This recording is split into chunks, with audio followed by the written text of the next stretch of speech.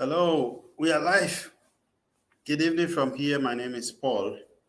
You're welcome to Opinion Shares.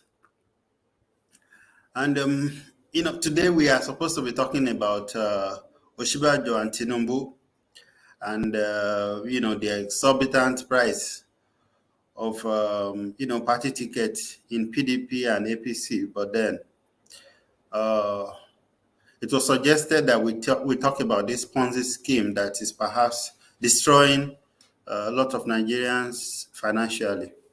So we have decided to skip that. We keep it in the oven till next week, perhaps, and then we're going to talk about the Ponzi scheme. In fact, it's almost difficult for me to believe that people are still falling to they're still falling prey to Ponzi scheme, despite the fact that so many people have lost money.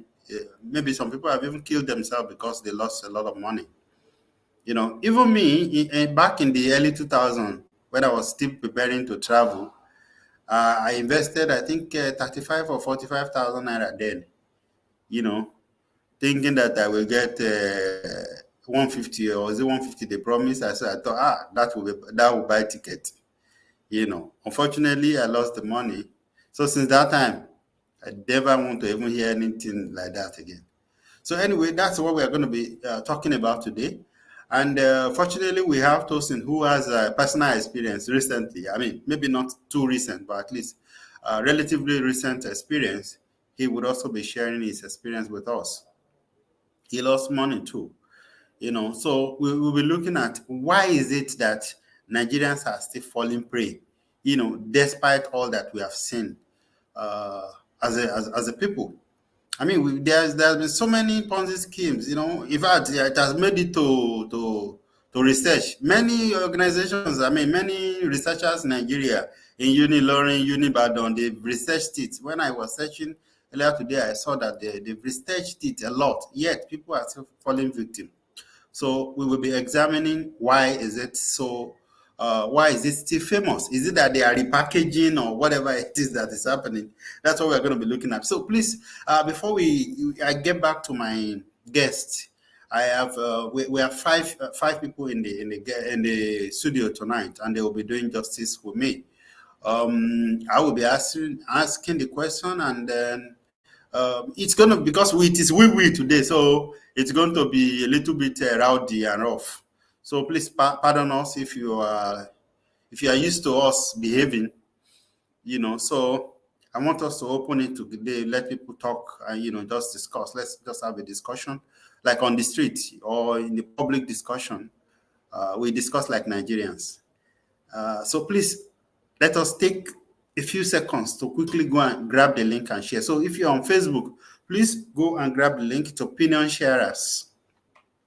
Opinion Sharers. So please go and grab the link and share. We are live on Facebook. Sorry. We are live on Facebook. We are live on YouTube and Twitter. Please go grab the link and quickly share. Thank you very much. If there's anyone that needs the link, let me know so that I will share with you. I'm talking about my guest. Village Boy, do you have the link? Please send the link to me. The one I'm copying seems not to be working. Okay. Oh, I think the Village Boy already shared it. Oh, he did? Yeah. I shared it from the sorry, not the link. I need the link to share another platform. Oh, Okay. That makes sense now. Okay, I'm sharing with you straight away. I'm sharing it on our group. It seems easier like that. Tosin also said he wants to share it, so I'll share it in our group or WhatsApp. Yeah, I shared it already. Okay, thank you. Please, we are taking a few seconds to share the link. So if you're joining us, please help us share the link. Let's invite other people who have been victim or people who might have a story to share um, regarding this Ponzi scheme, how they have been ripping people up. I mean, is it ripping off or up? Like that new musician said, "Am I rip?" what's his name? Zazu. Portable. Yeah, Portable. National He love. said, "Am I rip me? One very rip me nìyẹn o." So Nigerians have been ripped off, by the reason of this Ponzi scheme. Yet it is happening. It is Village Boy that started the discussion, or the initiated this discussion today. So I'm going to give him the mic first of all to share his maybe an experience that got him really upset this week earlier. Well, thank you very much. I have not been a victim, and because it would have been a pardonable offense if I'm a victim, because I will have no excuse to be a victim. Because all I need to know about investment and this, the ups are done, I humbly will submit that I have known that. So the only thing that could make me a victim is to be very, very greedy, or if somebody jars me. And good enough, the two the two has not happened. I've written before about those who follow me about investment and how you can invest, and the two things that you look for in investment. You are looking at the returns, and you're also looking at the security. So there are two sides of the coin. The higher the risk, the higher the returns, they say. But what people don't know is the higher risk there is talking about insecurity of your investment. Some people maybe they didn't take time to understand what that risk is. They will just, okay, nothing risk, nothing venture, nothing gain. When it comes to investment, this is where you have to shine your eyes. You have to understand what are the fundamentals. And when those fundamentals are missing, then you proceed with caution. That's the thing. And again, where I became angry actually is because we just came out of MMM and all those ones, and the devastating effect, people committing suicide and all that because of what happened to them. I would have thought, based on those, especially the MMM experience, that people would be more circumspect in just asking for out of the world returns. But unfortunately, people still fell victims of this. And again, when in this particular one, the OSA, whatever they call it, case rather, we saw people throwing figures around. And you ask yourself, so this kind of money is in Nigeria. And these people keep on telling us Enugbe. So these people that are saying Enugbe are the ones that are losing millions. Why did they? So, and one Yoruba adage came to my mind. I speak a lot of Yoruba here. Maybe I will suspend that for some other time. So I was kind of upset, that people don't reason any longer. That after there was this other guy, the protocol guy. What is his name? Something. Remind me that name. The guy, the protocol guy. The Chimak.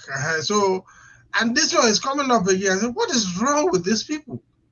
So, what are they looking for? Why will you carry somebody? Okay, you can take the risk with your money. Nobody is going to kill you. Except maybe hunger or poverty can kill you because of your money. But how now will you carry somebody's money to go and invest in something you are not even sure of? And you begin to tell lies. Some people say they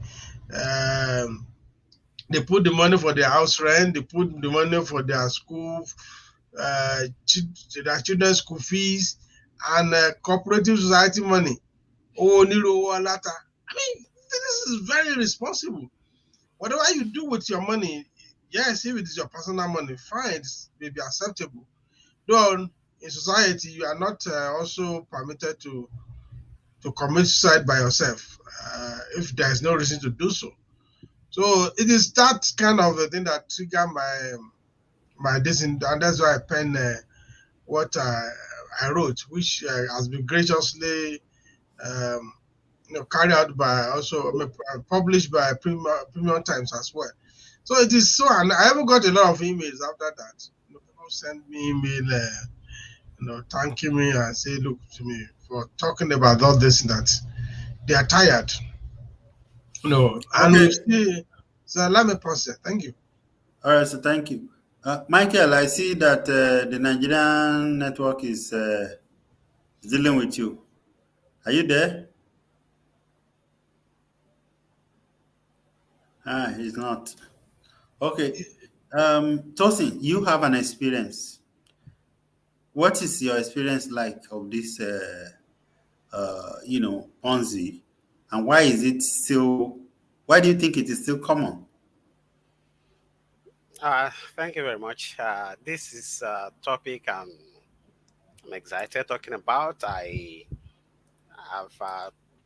I have someone that scammed me and about 100 other Nigerians some 2017.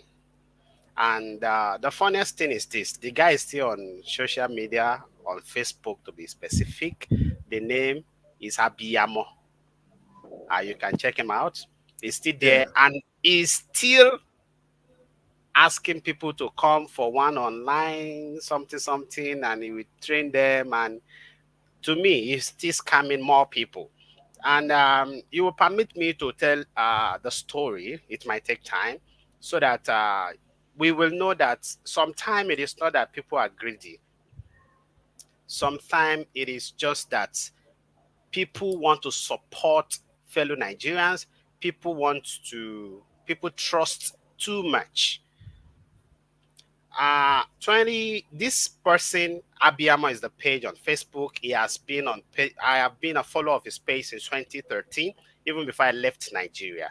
And during the 2015 election, 2014 2015 election, he was very active and all that. And so I was still on the page till 2017.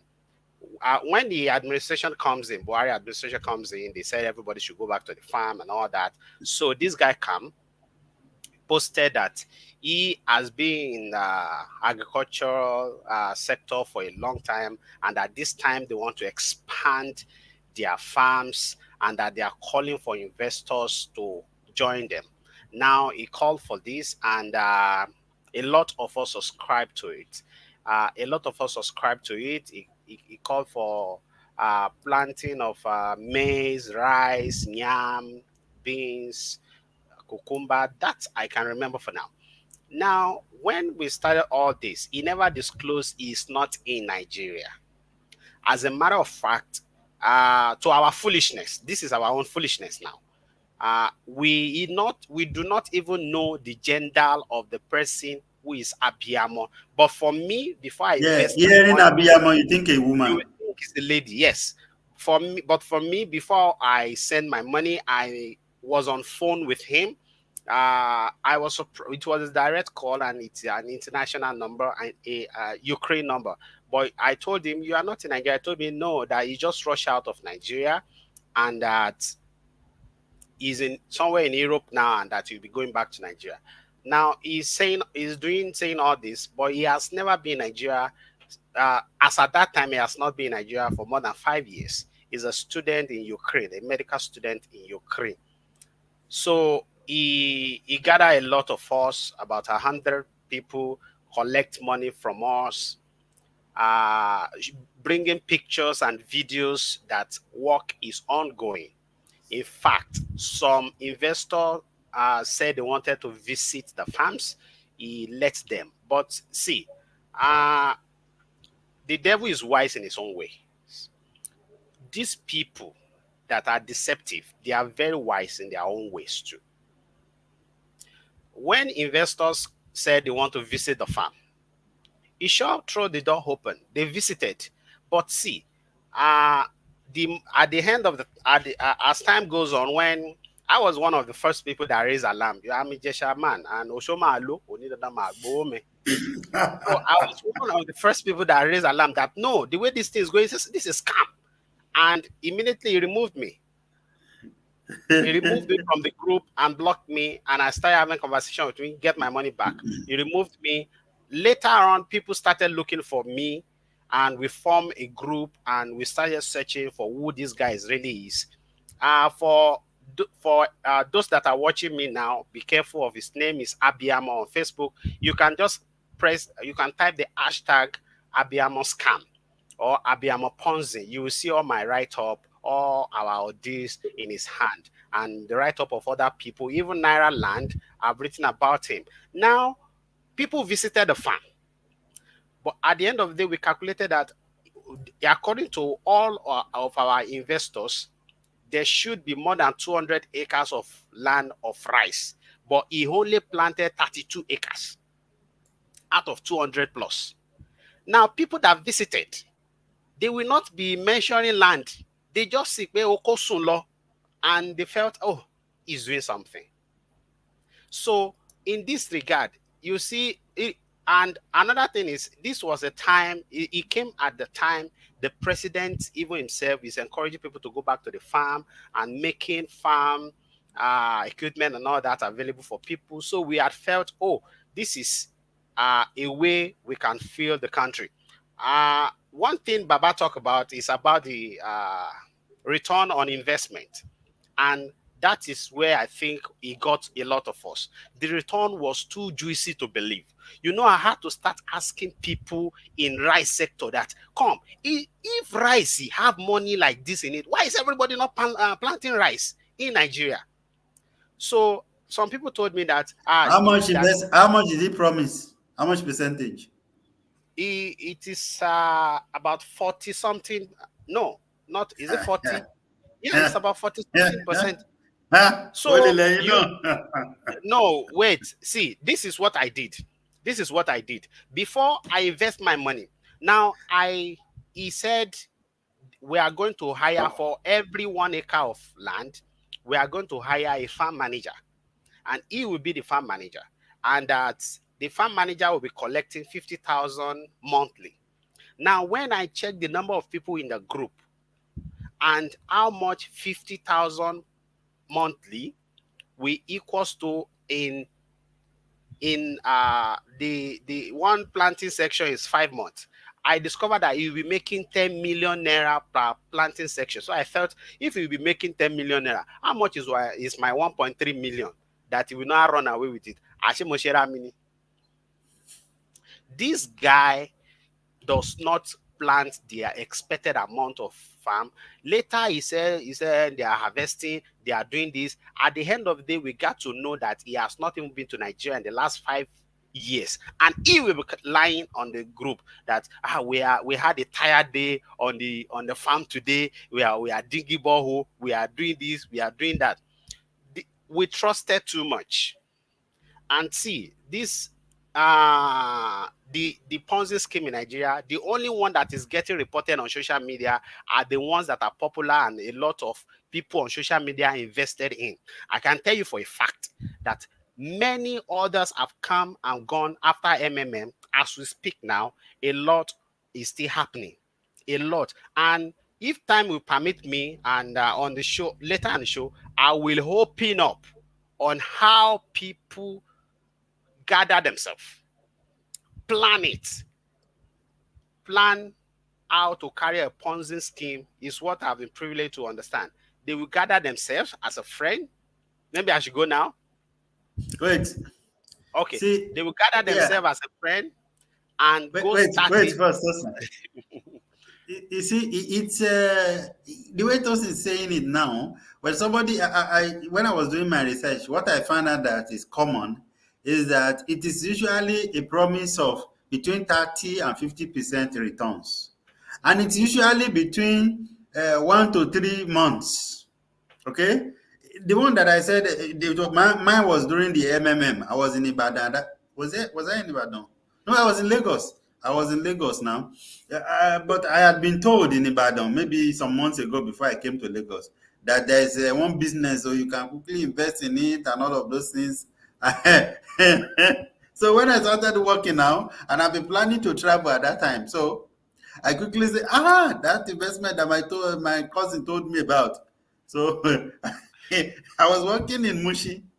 I took the is it taxi Okada to Ojodubaga. That was where I went to. I went and paid the money to bank. Oh, I went and paid the money to bank and took the teller there. And queue and this I'm an investor. But then I kept wondering that why is it that they were never caught? How is it possible that people would collect that kind of money from people and just disappear? Is it possible, really? Anyway, I'm going to ask that question to the village boy later in terms of regulations and all of that. Because money cannot just disappear like that. There are traces. I paid my money to GT Bank now. Anyway, Timilayin, what's your take? It is Why do you possible. think it is It still is possible. I'm sorry, oh, I'm sorry. It is possible. We lost, I'm sorry, we lost more than 60 million naira to this Abiyamo of a guy. And really? everybody has their evidence of payment into a GTB account. As we speak now, the money the parents are trying to pay back 500,000 monthly. I don't know when that will get to 60 million. And they are paid to EFCC. And EFCC also, Ilorin branch, they are making it difficult for investors to get their money back. During this process, a lot Wait, of first, Tosin, we'll come back to that. It's like, I didn't even know that it is that detailed. Let Timilayin. it's a whole show on its own. Sorry, Mr. Tosin. When did that happen? When did you invest with him? 2017. Okay, yeah. So And that we would lingered to 2018, 19. right. So that would be where I would take my introduction from. First, before I even go into that, I am happy that Mr. Paul mentioned that he had a different topic in mind, but this is no different from the political topic, really. If you look at how much these political parties are collecting from their aspirants, you would know definitely that it is almost the same thing. How would you go and put 100 million into one ticket that you are not even sure to be the flag bearer? You know that there is something in it, right? So Nigerians are being, ripped off, like you said, because everything still comes down back to us when it goes down. So now, you see what happened with Abiyama. I think I've heard it somewhere before.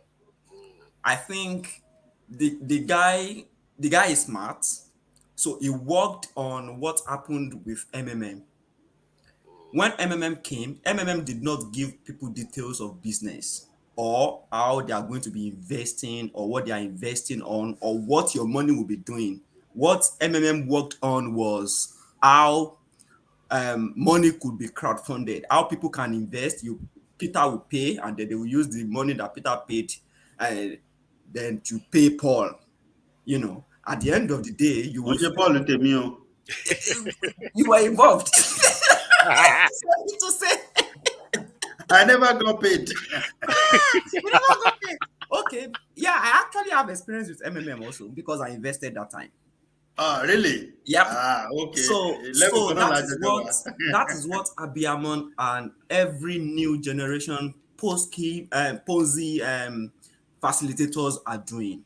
So they know that people would like to hear about originality, like we have a business that is going on, and that is why he even went ahead to start something. But he knew what he was doing. It was pure Ponzi, but honestly speaking, I would not fall for it given the ROI. That alone would have given that thought away. But it worked really on you people's mind. It worked on your mind. It worked on your maybe investment mind, your business mind, and you got carried away, and so it's totally fine. So what I just want to bring out is that this Ponzi scheme is the same. It all comes in different forms.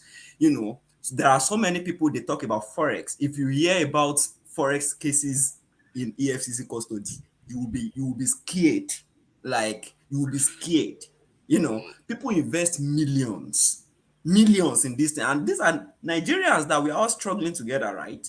People invest millions, and in fact, they don't have hope of getting one kobo back.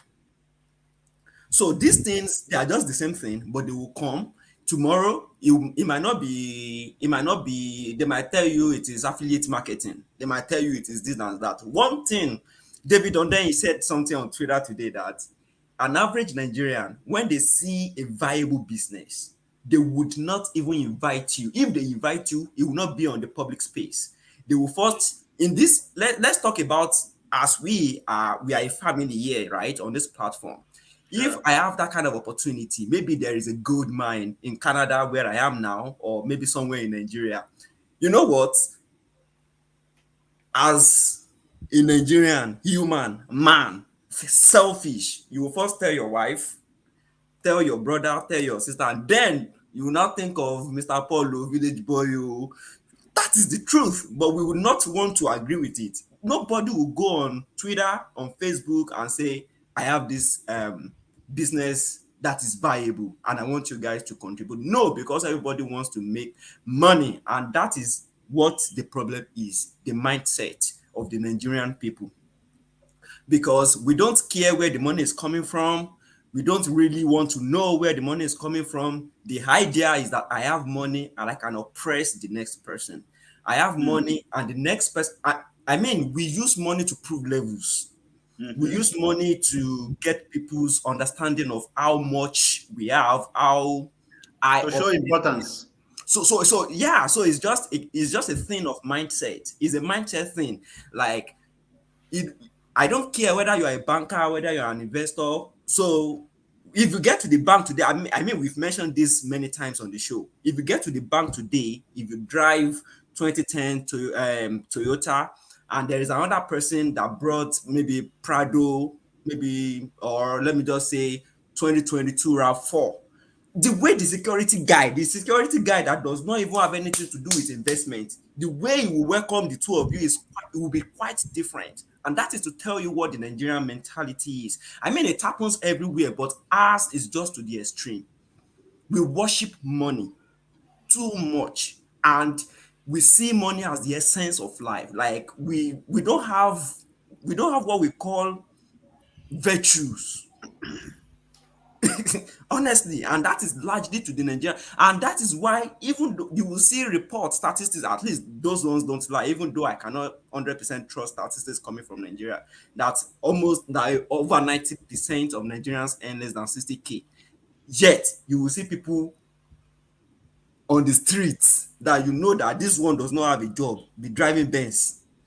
So you cannot even trust such statistics, because people don't care where is the money coming from and where is it going to. I know many nations actually become more prosperous by, you know producing, maybe production, and circulating money into the economy. But ours, how is it going? You have money, you hoard it. You are not even investing, and we keep taking from other countries, neighboring countries. So let us not even dive into the Nigerian problem. But the truth is, it is a mindset thing, greed. And we have that energy of, I must make money, whatever whatever should happen, whatever must happen. I must have money. I'm really sorry about what happened to Mr. Oluwatosin. I'm really one of those very fortunate guys with MMM, because I invested. Unfortunately for me, then I think I just got my scholarship fund from Seplat. So, and my dad had paid my school fees, so there was really nothing the scholarship was doing. I hope you understand what I mean. So my dad already paid the school fees, so normally the scholarship should come and you pay your school fees and buy things. So I already had everything I needed, and the scholarship, because it came late, you know so by the time the money came, I really didn't know what to do with it. It was just there in my account. So then MMM came. I can remember I was in Lagos doing my IT, and then this friend of mine, this thing, I've made so amount, I've made so. But then I was just like, well, this money is not, and this bank will give me just 1,000 over, maybe 500 or 200 over almost 200,000 in my account. They will be giving me such ridiculous. And I was like, okay. But I now told my girlfriend there, who is now my wife, I told her, please, I heard about this. She has heard about it too. So I was like, I want to put 100,000. Ah, you don't like yourself. Put 20,000. So I put 20,000 there, and the greed in me made me to go open another account in her name. So yeah, this is just the reality of most Nigerians, and that's why we must say it so that people would know that people have first-hand experience about these things. But these are the things that gave me lessons. I learned through my own experience because I didn't have any finance or investment knowledge or education. So that time I invested, and I think I collected 1 rand. I was like, whoo! So I doubled the investment, you know. So I doubled the investment, and then that was the end of it. I think it was December period. Oh, They started with stories like how they are going to shut down because of festivities, and then January 2017 came, nothing was happening. Then I became very depressed, but I couldn't tell my wife then because she didn't even know that I doubled the the investment. So it happened to be up to the time that I just gave up on it. I was like, thank God, in the next, because my scholarship money came in late. So I knew that in another 5 months, the next one will come in. So I just used that one to console myself. But I think it was 5 months later, and some people said, oh, if you do these tricks, if you do this and that, you'll get your money back. I got every penny back. Everything. I got my money back. So that's why I Really? say I'm fortunate. But I'll never again. Never. So You will tell us how you got your money back. You will tell us how you yeah, got your money back. definitely. Do you want to hear Maybe, now? yeah, yeah. Wait first. Maybe I will ask somebody to go get my 45,000 Oh, it's naira back. late. I'm Ah, sorry. I got everything back 2017. No, it wasn't. It wasn't. So, it so wasn't like a secret. 2017. Right. I got it back 2017 because they Are you just sure that opened. is MMM? Because the one I'm MMM talking about came was back. in no, early 2000. MMM the came back. is different. It's different. The one, Mr. Paul, the one you are talking about is that Pennywise of Oh no, 2012 maybe that one is and different. of 2004, 2005. Oh no, I'm Yes, talking about 2016, that. 2017. Pennywise. That Oh, MMM okay. is of recent. Yep. Okay, Yeah, okay, okay. Ah, okay. I wasn't even in Nigeria at that time, sir. that one is Pennywise. Okay, so that my own is Pennywise, Abi. Yeah, Yeah. Ah, okay. That one was 2003, in 2004. I think 2008 or thereabout. Mm, yeah. Yeah. Yeah. Sorry about that. Okay. Okay, Michael. I want to ask Michael a question specifically because it's in Nigeria, and this looking at all of this thing that is happening. What do you think is wrong with us as a people collectively? And I don't know whether my question is in line, but it's like something is wrong with us that make us kind of, you know, maybe we are deceptive. A lot We of are us, really. deceptive. A lot of us, really. Where is that coming Yeah, from? thank you so Where is that much. coming from? Can you hear me, please? Yes. Yes. All right. Thank you. Sorry, a little embarrassing. I tried two networks, but none was actually working. But I'm glad I can give my comment. Yeah. Thank you so much. I think what is actually wrong with us is as a result of the, should I say, the value system that is gradually, or that, should I say, gradually, or that has almost eroded, or that is eroding, either of the two. But be that as it may, there are still some people that say, irrespective of what the situation may be, I will not actually compromise the standard. Now, somebody was citing an analogy some times ago that in a group of 10 people, that 9, if you want to actually do something,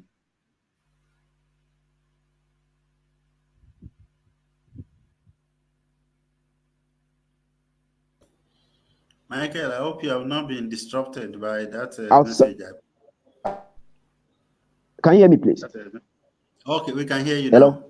Okay, we can hear you. Yes. So 9 out of 10 people, they are actually devising a means of cheating you. This one now is not whether, oh, this person someone to buy something for me, and my change was remaining 60 naira or 70 naira thereabout. I can't remember the exact amount. And in the true sense of it, I had the intention of giving the money to that particular boy. Okay, go with it.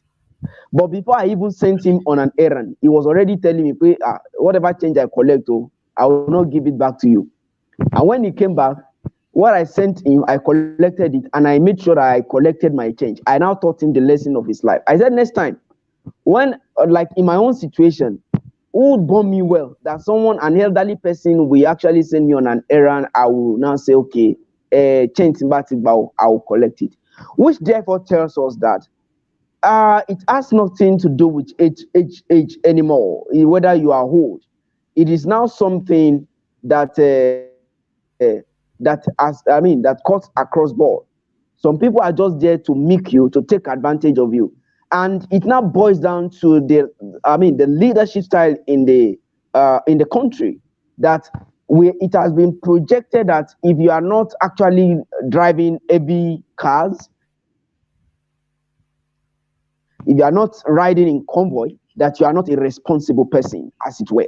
Which therefore tells us that if the elders or the supposed leaders are living such type of life, what do you expect the generations coming after them to actually do? Of course, it will be a multiple reaction, because they will want to attempt new things and do and improve on what the leaders are doing. I once met a guy who actually is not in school. In fact, he's someone that actually discussed about the guy with me at the time. I asked this young boy, I think it was his father that lamented that, this boy, what are you doing with your life? And you know the simple comment the guy gave. He said, I choose to do. I can choose to do whatever I like with my life. That's someone, a child, telling his father. And you will now be amazed the level of effrontery that some people now have to even confront or say some things. And I used to say something. Some people may think that is a cause, but it's not a cause. It depends on how whoever is seeing it.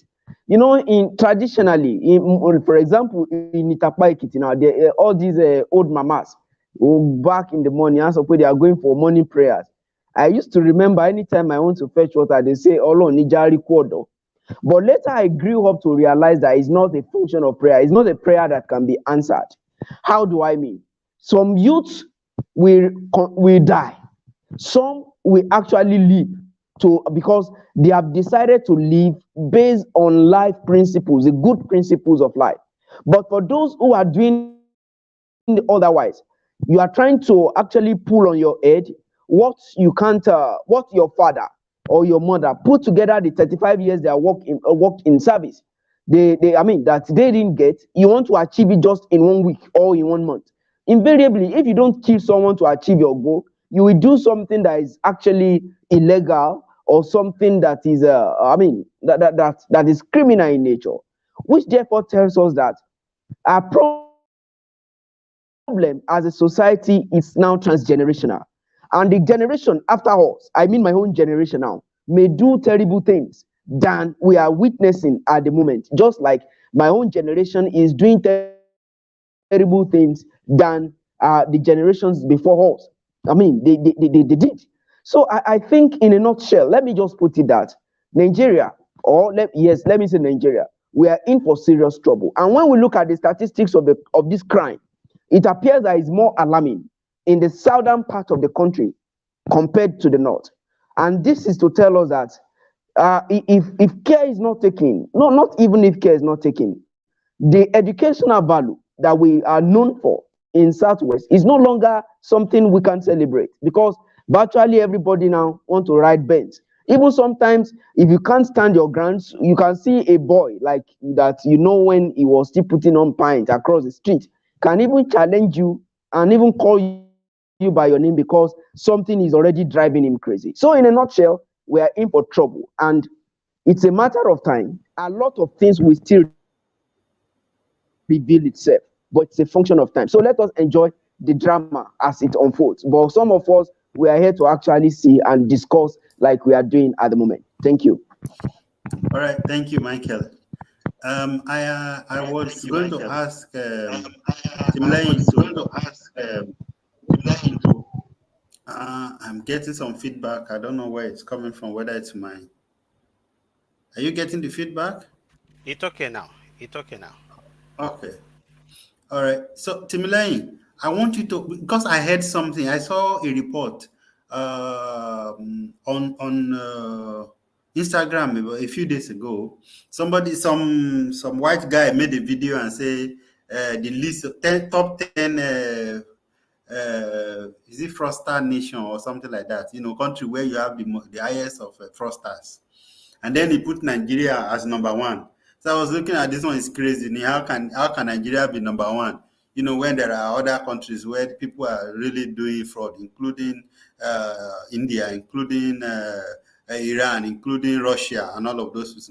Compare their access to technology, compare their knowledge, compare their number to ours. And then I went through the comments, because the comment section is where I do my research these days.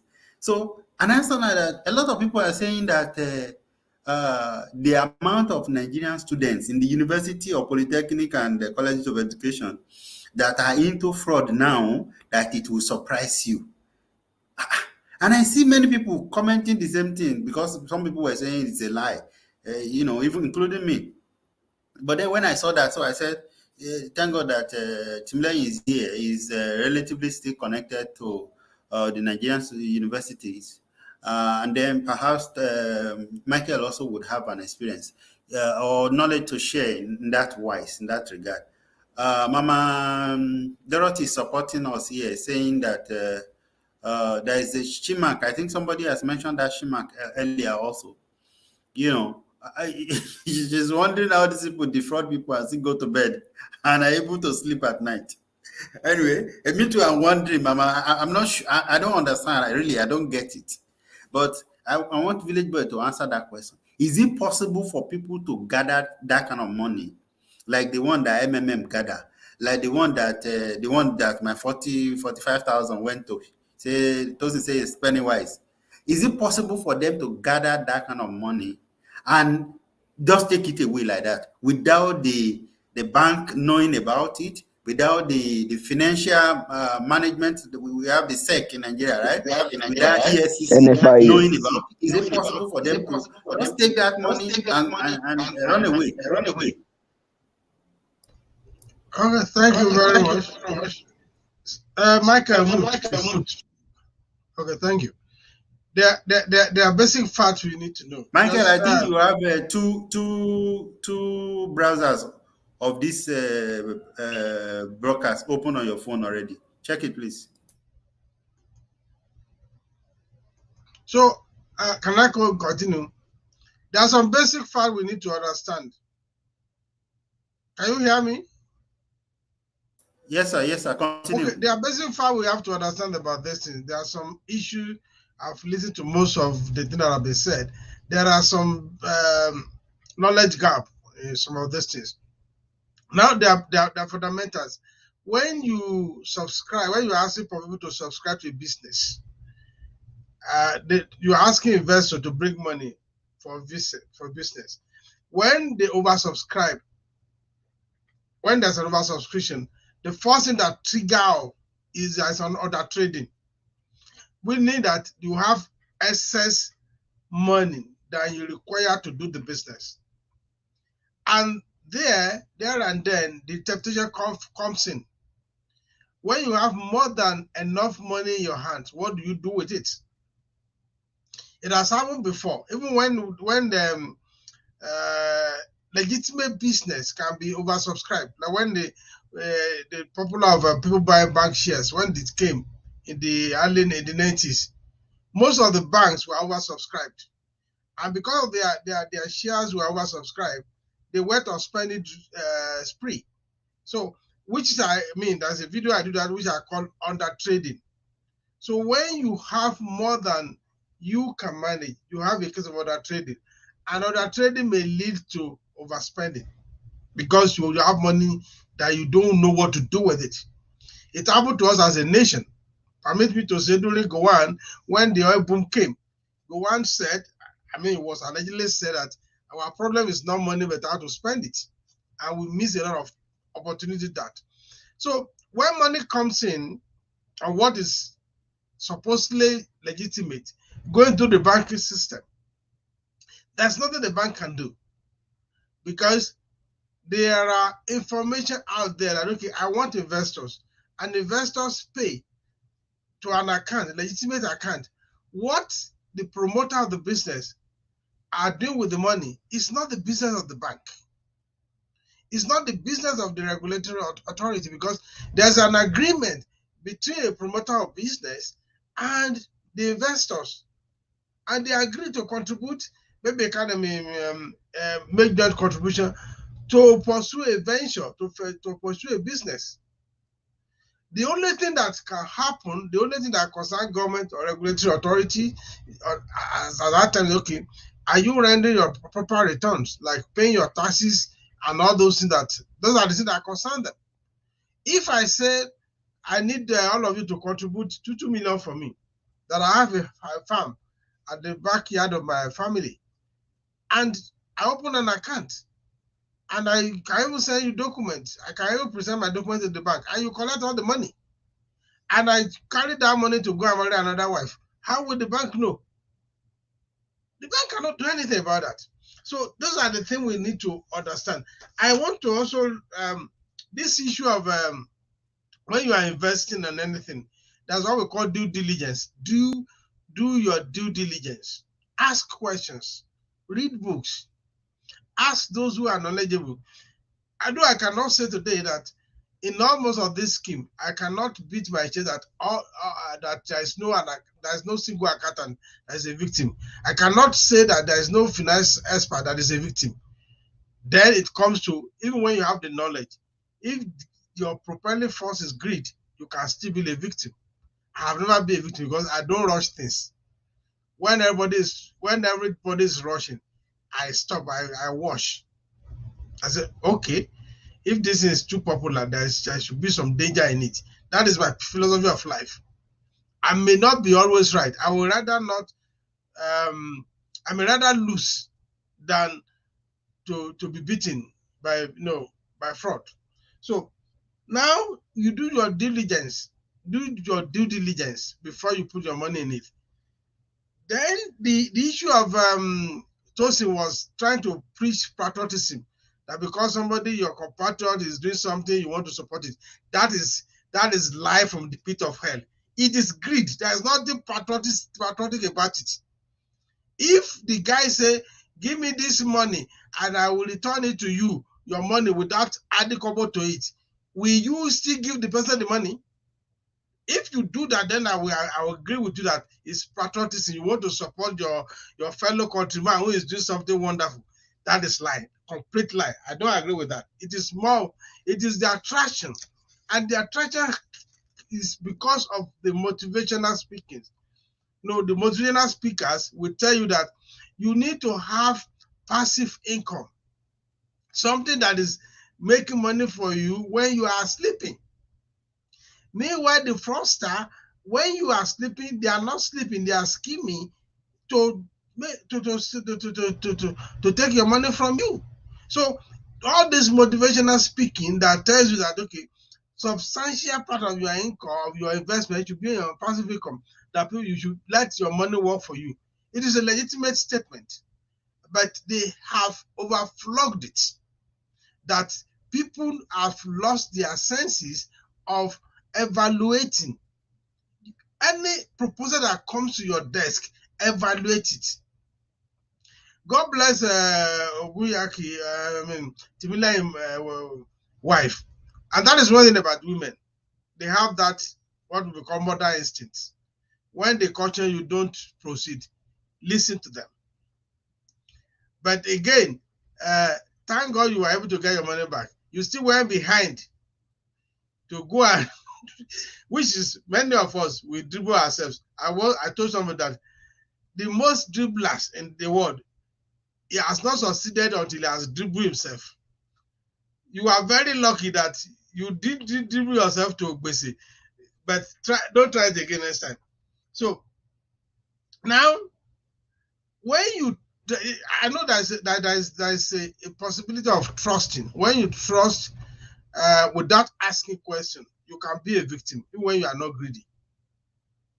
Over trusting can make you become a victim, especially when you give testimony. When somebody gives testimony, somebody you trust give testimony that he has benefited from the scheme, there is a tendency to want to do so. But if you have studied pool betting, I don't know, in those days when they were still doing NAP 2 from 3. Oh, today Korea goes over. The people who do pool betting, when they win, they celebrate it. The following week, they double their stake or triple their stake. They lose everything they won the previous week. And that's what happened to Timila too, until God helped him to recover his money. So there is little that the regulatory authority can do, except there is a report after the incident. When there's a report after the incident, they can call for investigation, they can call for the audit of the system.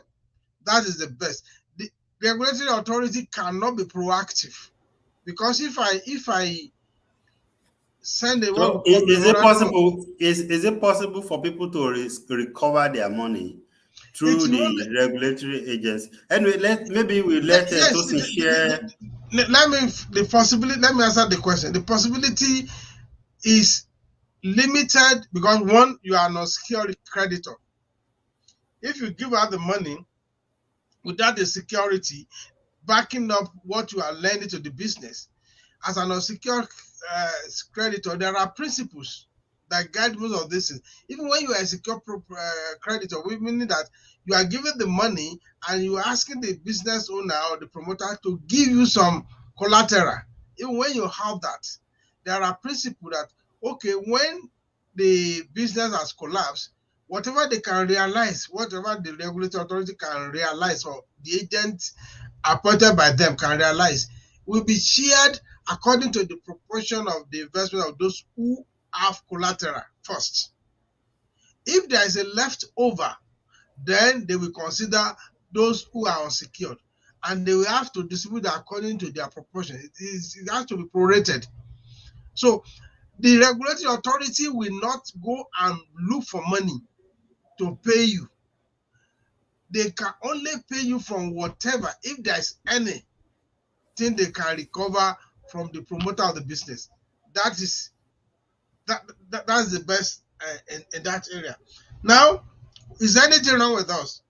Yes, we are easily deceived. We are easily deceived because we believe in quick returns. Ozubo, ozubo, kia, kia, kia. That is number one. Something is wrong with us because many of us decide to be ignorant. We don't seek knowledge that are important. There are knowledge all over the place. In this age of knowledge, everything is available. I've been sharing tips on business on my YouTube channel, but you see number of people following me now. If I have been sharing something erotic, they would have blown everything. The one that benefit them, they won't come there. If I'm telling them, okay, today that, oh, if you invest 1 naira, you can get 5 naira. By today, I won't be able to know the number of subscribers or followers that I have. Yeah, so, you will become an investor that time. So then there are a lot of wrong messages that are being passed on to people.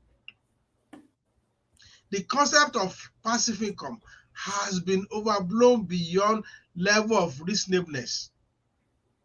And people have keyed into that. Of course, the value system has eroded. No doubt about that. Nobody asks the fundamental questions. And those of us who still ask questions, they avoid us. Madam, the right side, you do give away. I know they do any giveaway. So, do give away. I agree with Michael. The story he shared about a child not giving change. I have an experience with that in my office in Lagos. I send a staff, an IT staff, intern staff on an errand. He went, I gave me the message. And went home with my change. I shook my head, I said, this boy, I don't know who he's dealing with. After 5 minutes, I called him back. I said, where is my change? He said, Oga. I said, give me my change. And I asked him to sit down. For me, that's an opportunity to lecture. I lecture him. I said, this is my policy. When I send you an errand, I know the price of what I send you to go and buy. Don't make a mistake about that. The first thing you give me is my change before you even give me the thing where I send you. Now, I said, the change is even more important than the dream message. You give me my change first. I said you be woman. No, I make it man. Maybe, okay, because I marry Igbo, I learn from Igbo. But I'll be practicing this before I marry Igbo anyway, so let me not blame her for that. So, and I told him that if the prerogative is on me, if I want to give you back the change, but you must give me it first. Then I decide what to do with it. It's my money. It's not your money. Okay, Baba. Let's hear from Tosin's. Tosin, are you still there or you don't sleep? I'm here. Okay, please. Let's hear about. I'm really interested in how EFCC is handling the case. Please tell us. Okay. And it's been difficult for investors to get their money back for those of us in the You people diaspora. are even calling yourself investor. What are we going to call ourselves? That's what And you want. another thing I want to correct is this. Nǹkan tó bá kọjú séèyàn kan ẹ̀yìn ló máa ń kọ sẹ́lòmíì ó dẹ̀ máa kàárín sẹ́ni tó bá wà ní other side. Now, for discussing the investment that gone wrong and how we view the guy, the kind of platform he has built before deciding to scam people on that platform, and how it looks to us is we supporting him because of the kind of rapport we have built over the year on this platform. So if I say it is Nigerian supporting Nigeria, I am sure of what I'm talking about. If the issue is coming up today and you are listening to it and you might not know how the rapport or the relationship people have built on that platform that even then seems like a community of people knowing themselves. So you can call it lies from anywhere, but this is what we know, this is what we understand, this is what we built that time. And in my intro then I said from 2013 to 2017, be on a platform and go there daily to source information, building a community with people on same platform, then moving forward to the person that have the platform saying he has an investment and people should come in. So to us then, it is not just that we see MMM or we see a Ponzi scheme and we dive into it. Is we seeing a brother that has a farming business and said he wants to grow it. Now, the story he told us might be deceptive, but he has it, and with proven picture, he might have gone bring those pictures. See, another thing we must be careful is this. When people scan people in Nigeria, we are often of the Ibadan age saying, come bu ole, come bu ento ni kan ni kan bu, o se gbe síbẹ̀ yẹn. And that they are forgotten how their orikis is in Ibadan. Ibadan níbi olè tí ń gbé jàre olóhun. Wọ́n sọ pé ìwọ náà kí ló yẹ tó ṣe gbé bẹ́ẹ̀ hàn. Nǹkan ibi tó bá wo olóhun ló lè gbé nǹkan ẹ̀ sí. Olè ní kọ́ bú. So this is not even a Ponzi. It's not even like MMM or Pennywise that have leaflet. Pennywise has a leaflet. I am not a small boy that time. The only thing they state out on that leaflet is pay 1,000 naira in 2 weeks, 14 days, you get 4,000 naira. But this is somebody that come up. He might be a bit more advanced in his tactics, but that does not mean he's a lie from anywhere. That is what we felt. Those Supporting our somebody we have been on his platform for own a was while. not 2 weeks, so it was 2 months. 2 months, okay. But this is even people curious about what he's talking about and pay a visit. We in the diaspora even sometimes gather money, sponsor some investors in Nigeria, and I'll call ourselves investors. What should I call us? Fools? Come on, man. When people, we are investors. People invest the money in good faith. But if another guy has been wise enough to deceive others, then who should be blamed? The people that see this Ponzi scheme will not end in Nigeria because of the problem that people are facing. Economic problem in Nigeria, it will not end. As we speak today, if you go from house to house, tell everybody. In fact, some people that have just come now, another one will come up, they will subscribe to it again. Because even the business they do by themselves, monitoring by themselves, crumble before their own eyes. The lifespan of business in Nigeria is 5 years. A lot of people you see doing businesses in Nigeria and it's first time they are getting money from elsewhere. Pump that money into the business you think they are doing and is first and is prospering. It is not that business that is sustaining itself. They are watching it. So, yeah. So they are bringing money elsewhere from a source they cannot explain to sustain that business. But you think that business is one sustaining That's what they call washing money. Okay, so let nobody think that all the time when you invest with people, it is because of greed. No.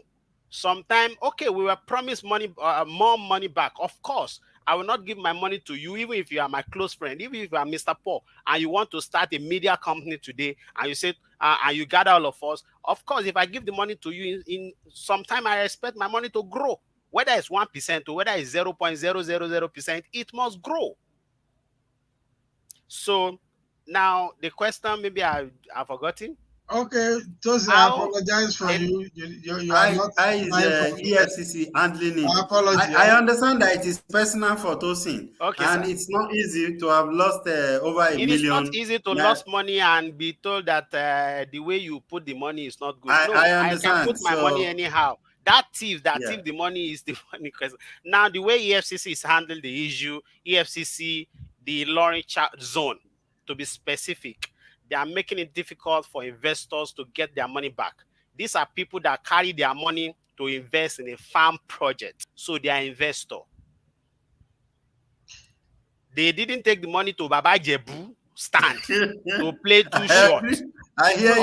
Let me ask you a question, Tosin, please. What do you expect the EFCC to do? Thank you, sir.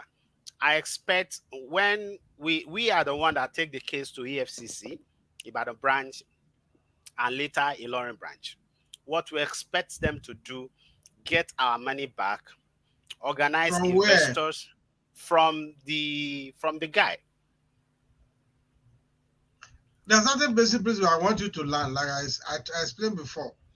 Where they can get money back, let's say some of the farm are still on ground, some of the products are still on ground that have not been sold, they can supervise the sales and ensure that the money does not go to the person. The money is brought to the AFCC and they gather the list of those who are who the guy certified that they is owing, and they will now find a formula to pay to them. But like I said earlier on, if there is any one of them that has is investment is collateralized, which is called secure creditor, they will pay those one first. It's after paying those one first that they will pay the rest. If there are nothing to sell, the only thing the EFCC will do is to say, okay, the guy should give them a schedule of payment. How much you will be paying back? I'm talking about the money. I'm not. I'm talking about the money the family has paid back already to the EFCC, disbursing it to investors now, sir. when Okay, this issue. Now wait, hold it there. The EFCC will not likely be, if they say they are going to be paying certain money every month. It depends on the amount of money they are paying back and the administrative convenience for the EFCC to say, okay, this money must get to this point before we start distributing. Because there are two sides to that. If they keep on distributing every month, it is not administratively convenient. It may also get to a point that those who promise to pay back may stop paying back. But if they have a mechanism that's okay, when we have collected about 50 or 60% of this money, we will distribute to the investors. They can't be paying you every week. If this guy are bringing money every week, they can't be paying the so that you will not be the advocate. Please just relax first, sir. I'm relax. not an advocate. I'm telling just you. Relax I'm first, letting just hold it. A I'm minute. telling you the administrative sir. You have been talking. procedures This is my things. question, right, sir? A minute, sir. Just hold on first, sir. Sorry, sir. With all due respect, sir. Just relax first, sir. Now, we are not saying EFCC, because when you go to they should pay us weekly, then you are rubbing it on our face. So relax first, sir. We are not asking them to pay us every week. So relax, calm down. Now, EFCC is not handling a case well. I understand this case very, very well. If you want to understand this case, sir, after the show, I know that intellectuals are on this show. Please type on the Google or on Facebook, especially Abiamo scam or Abiamo Ponzi or Abiamo scammer. His name is Adebayo Adebola. You can enter that too. You will see, you will get all the gist. This guy did not only scam people because he wants to scam people. He had relatives that money exchange hand with, and his relatives have power. They are connected in Nigeria, and they are making sure that investors don't get their money well. So we are not asking EFCs to give us money back every month or asking EFCs to give us money back weekly. We also understand how some things work, sir, and we only need due diligence from them. Now, the case is this. They are returning money back. Maybe EFCs have gotten some money. Some people, their investment is as low as 100,000 plus. Some people, their investment is as low as 200,000. So why not? Okay, we will pay a lot of investors, some of them are watching now. I can see in the comment section, some of them also, I recognize them by name. Their comment is there. EFCC has not paid anyone. These guys have been paying back for almost a year now. When EFCC has the capacity, for us that time, we tried to go into his account to check who he disbursed the money to. We don't have the capacity. EFCC does. So they know how he has spent the money. They know who he has disbursed the money to. Why are they not taking up those people? And cars bought, house built, factories, they said they built that time for rice and all. Why are they not selling all those to get investors' money back? Even some investors that has millions are not even asking now, but those ones with petty money, why are they not sorting them out? Why is it now that no one has been paid and people are only has come to Ilorin, and even those in diaspora, they don't have any hope of getting their money back? Is that how a case should be pursued? So we are not saying maybe you are not comfortable if I'm calling out the AFCC, and if maybe you are not comfortable with that, but this is my truth, and this is what is happening, and this is how we are going to put it. We are not going to sugarcoat it or try to make it look like our money is not gone, or they are not paying back to EFCC, and EFCC is trying to make it difficult for investors to get their money back. EFCC, Ilorin zone. Sorry, Mr. Tos. They keep inviting, boss. They keep inviting investors to come to Ilorin, to come and sign one paper, to come and do this, to come and do that. At the end of the day, people move from everywhere they are in Nigeria, come down to Ilorin, fill the form and all that, but still they don't get money back. Okay. I don't work for AFCC. I hope you know that. I don't have any connection with AFCC. I don't work for AFCC. No, sometimes you are not comfortable when we call out people on this show, and I'm calling them out on my own honor because my truth is what I'm saying, and I don't like to look people's face when I'm saying my truth. Michael, I think you should really check your connection. It's each time your mic is on, it's giving feedback. So I am sure that there's possibility We are that there is talking about a guy that started a company on deceptive. Even the address of the company, Abiyamo, the address they use, he is staying in Ilorin. He had never stayed in Akure, and they use Akure address to set up the company. I personally have sent somebody to all those locations in Akure, and those address doesn't exist. okay, Tosin. I agree with you, and I know that this is emotional for you because a lot of money is involved and it is personal. All right. So some of the things that we have said, it's a generalized opinion. All right, not specifically about your case. And the fact that I said you guys were calling yourself investor, I was just joking. And I know that it is personal. So I agree that it may not sit well with you and some other people who are listening to who have lost their money. So even me who lost mine during in 2008, I wish somebody will still help me get that money back, even though it is not. Well, it was big money then, It was a lot of money in that time. So but I never gotten anything back. And I got paper, in fact, until even after I traveled after Nigeria, I still have the paper filed in one of my diary. If I look for it, I probably will still see the paper that I filed it, say this is my check. That's what I thought I was going to use to collect my money back. But then, nothing came. So before we get too carried away and emotional, driven away, let's hear Timileyin. I asked a question earlier about where I learned that a lot of Nigerian students are into. I don't even want to say it. It's difficult for me to say, really. It's embarrassing. It makes me feel embarrassing as a Nigerian. So, I mean, what do you think? Is it really true that majority or a lot of them are either already into scamming or they are planning to for it or they are learning, something like that? It's crazy. Did you mean Nigerian students abroad? No, in Nigeria. In Nigeria. Oh, that's common knowledge. That's common knowledge, and yeah, I'm sure that's why Mr. Tosin is laughing now because it's I think I left Nigeria just recently, and I know what's up over there. Like it's common knowledge that there are some universities that when you mention the name of the school, people say that's the headquarters of so people. So, but I don't want it to come out from my mouth. But that it is common knowledge that this is a statement of fact. Yeah. Now, wow, it's really it's really embarrassing, and okay. So in one of during when I was preparing for this, I watched some videos, I read some articles, including research that has been published.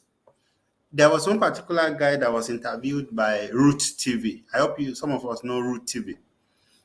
And this guy said he fell in a victim into it and lost 500,000 naira. And he said his friends have been told, patronizing him and talking to him about it, but he didn't buy into it until his pastor, now mentioned it.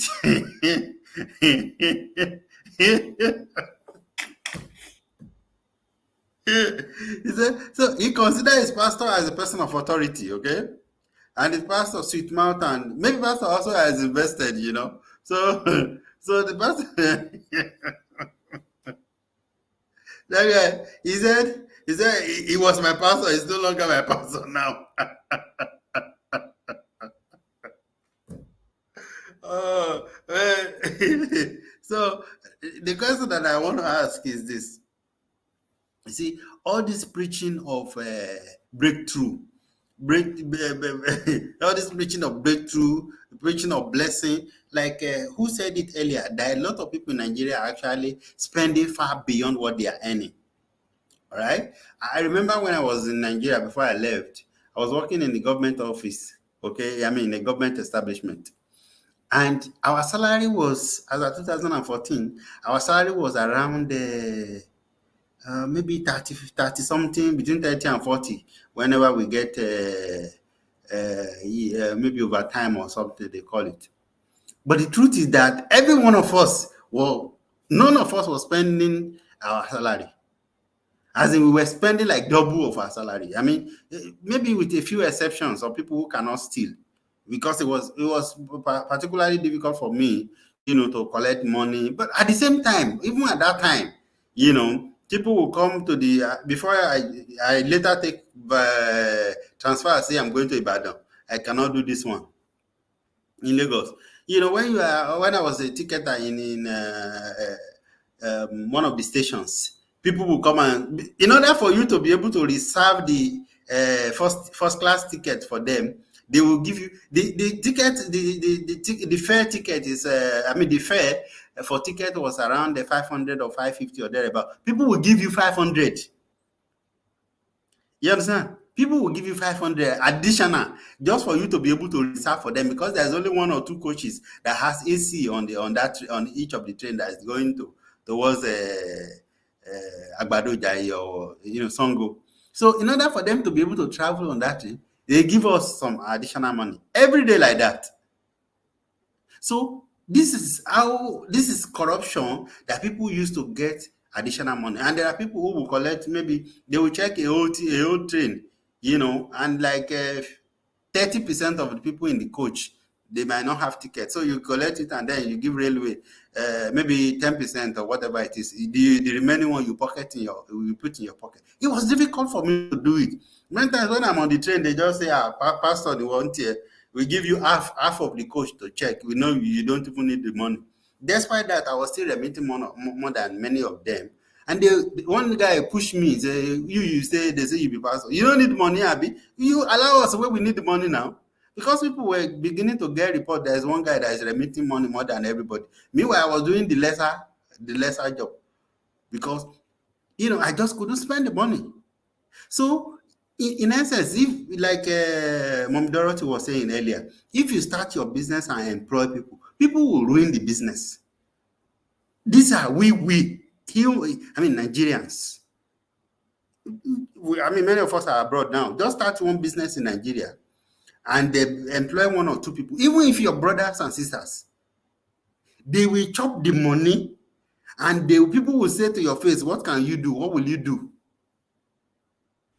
It's better not to start. Just leave Nigeria as it is now. No, I told the late boy that if I'm going to do a business in Nigeria, it's going to be online. It's going to be something that nobody pays to anybody. You pay to the bank. I see the alert wherever I am. Yeah, that's All right? reasonable. And there's not going to be a middleman. So maybe it will require me to think very well and plan meticulously. It might take years for me to be able to develop the idea. And But you have to develop a sophisticated software for that. And they can actually hack it as well. But so just be ready for a lot of battles. There are two sides of businesses. If you collect all the money through, you receive all the alerts, they can still scam you from expenses, because you are not going to run a business that will not have expenses. As trained as I am, I have that area I have story to tell. I left a thriving business when I left Nigeria. I've closed shop now. Baba have closed shop. Wow. Michael, let Michael give us situational report. What do you think is responsible for all these behaviors? Maybe you might know, you have more access than some of us now. Why is it that we are so deceptive, greedy? And it's, as I'm saying it now, my body is, I don't know, it's not comfortable for me to be able to say it, because I love this people, I love Nigeria. Yeah, thank you so much. Just let me say something before I answer the question. You were saying, okay, if you're in the diaspora, if you have business in Nigeria, you make sure that you can't invest in Nigeria as you're in the diaspora. Even right here in Nigeria, if you are in this country, don't expect your business to succeed. I'm telling you the honest truth. They will frustrate you, they will manipulate you. Even if they don't cheat you in terms of money, eh, in terms of time, because time is business, they will cheat you. We have seen instances of someone that his mother already died twice, all because he was lying. Ó ti parọ́ fọ́gá ẹ̀ pé ìyá mi ti kú. And one thing about telling lies is that you cannot remember all your lies. That is one thing that people really don't understand. Why not rather say the truth?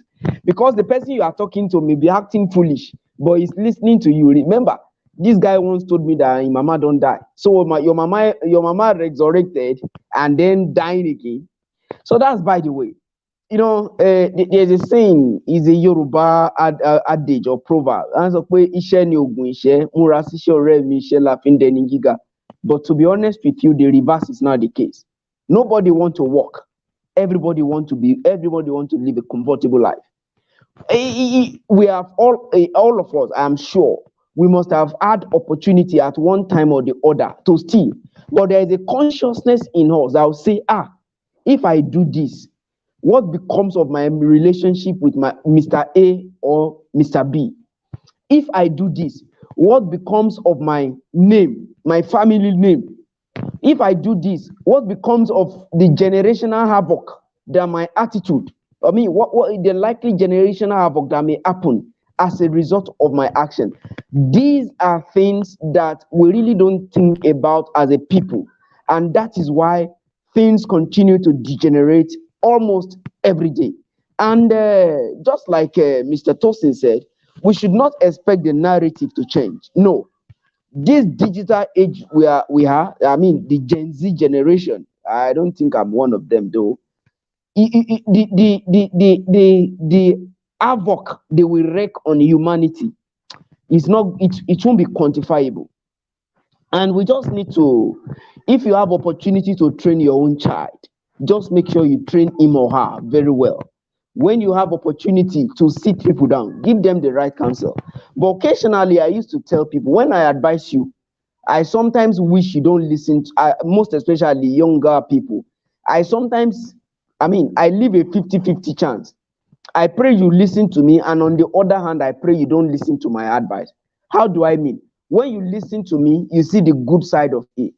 And when you do otherwise, you'll be the one to face the consequences. And you now remember that somebody once told me not to do this. So that one will possibly create consciousness in you. Now, let me just say this on a final note because it's getting dark here. I had an experience with a young boy at the time, and this boy, there are two boys born of the same father, the same mother.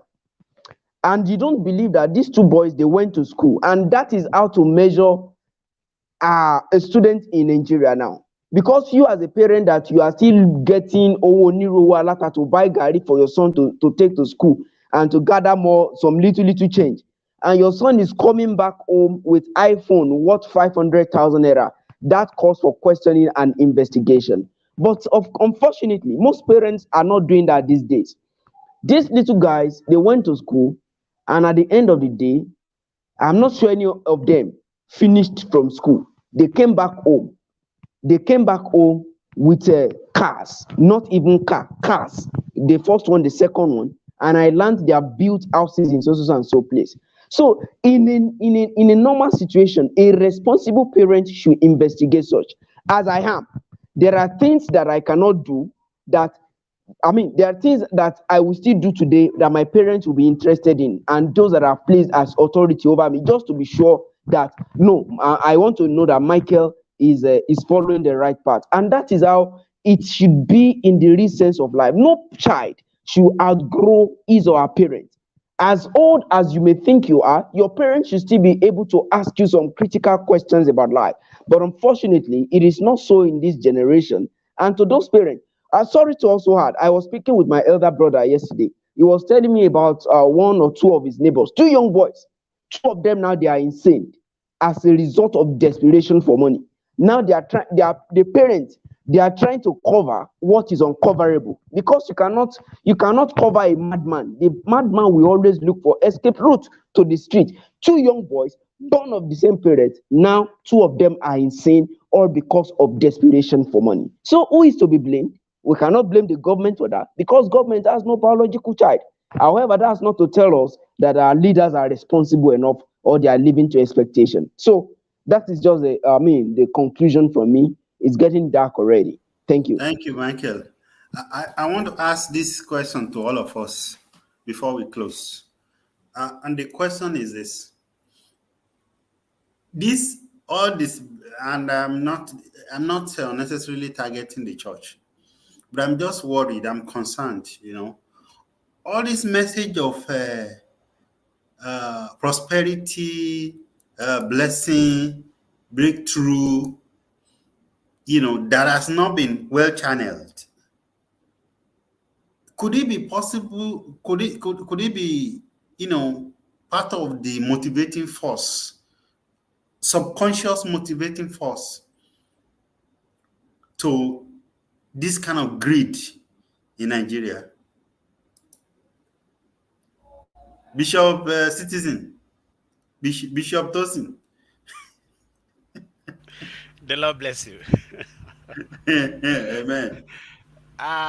We cannot dispute that because a lot of our pastors are mere motivational speakers, just motivating people, showing off money, but not really teaching the church, their members, how to make this money. There was a video that trend about a particular woman as a pastor. I was asking people to go buy shares into companies, buy share, buy this share, buy this share, and people were sharing the video and seems to be a good advice. But at the same time, when I watched the video, the question that popped up in me is, we can advise people to go buy shares in a company. They should not hit their money to go buy share. But it would be good if we can bring brokers into the church, maybe on a Saturday, or let's make it a investors weekend in the church. Bring trustworthy brokers. This woman is influential. She's knowledgeable enough to have access because she say herself she's buying those shares.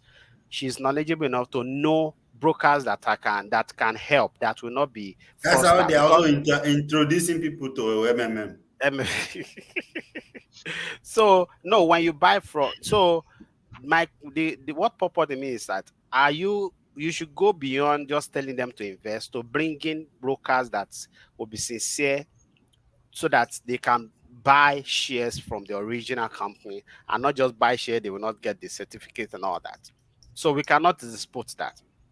Another thing is, we should look into the way of the government.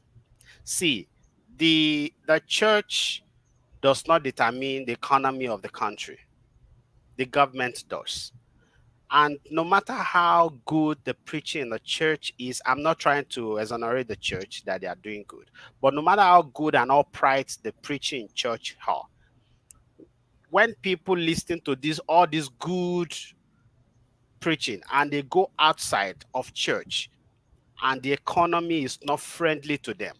See, there is this survivor instinct in every one of us, no matter how godly we want to pretend to be, that will throw away whatever good morals we have from home or we have listened to in church.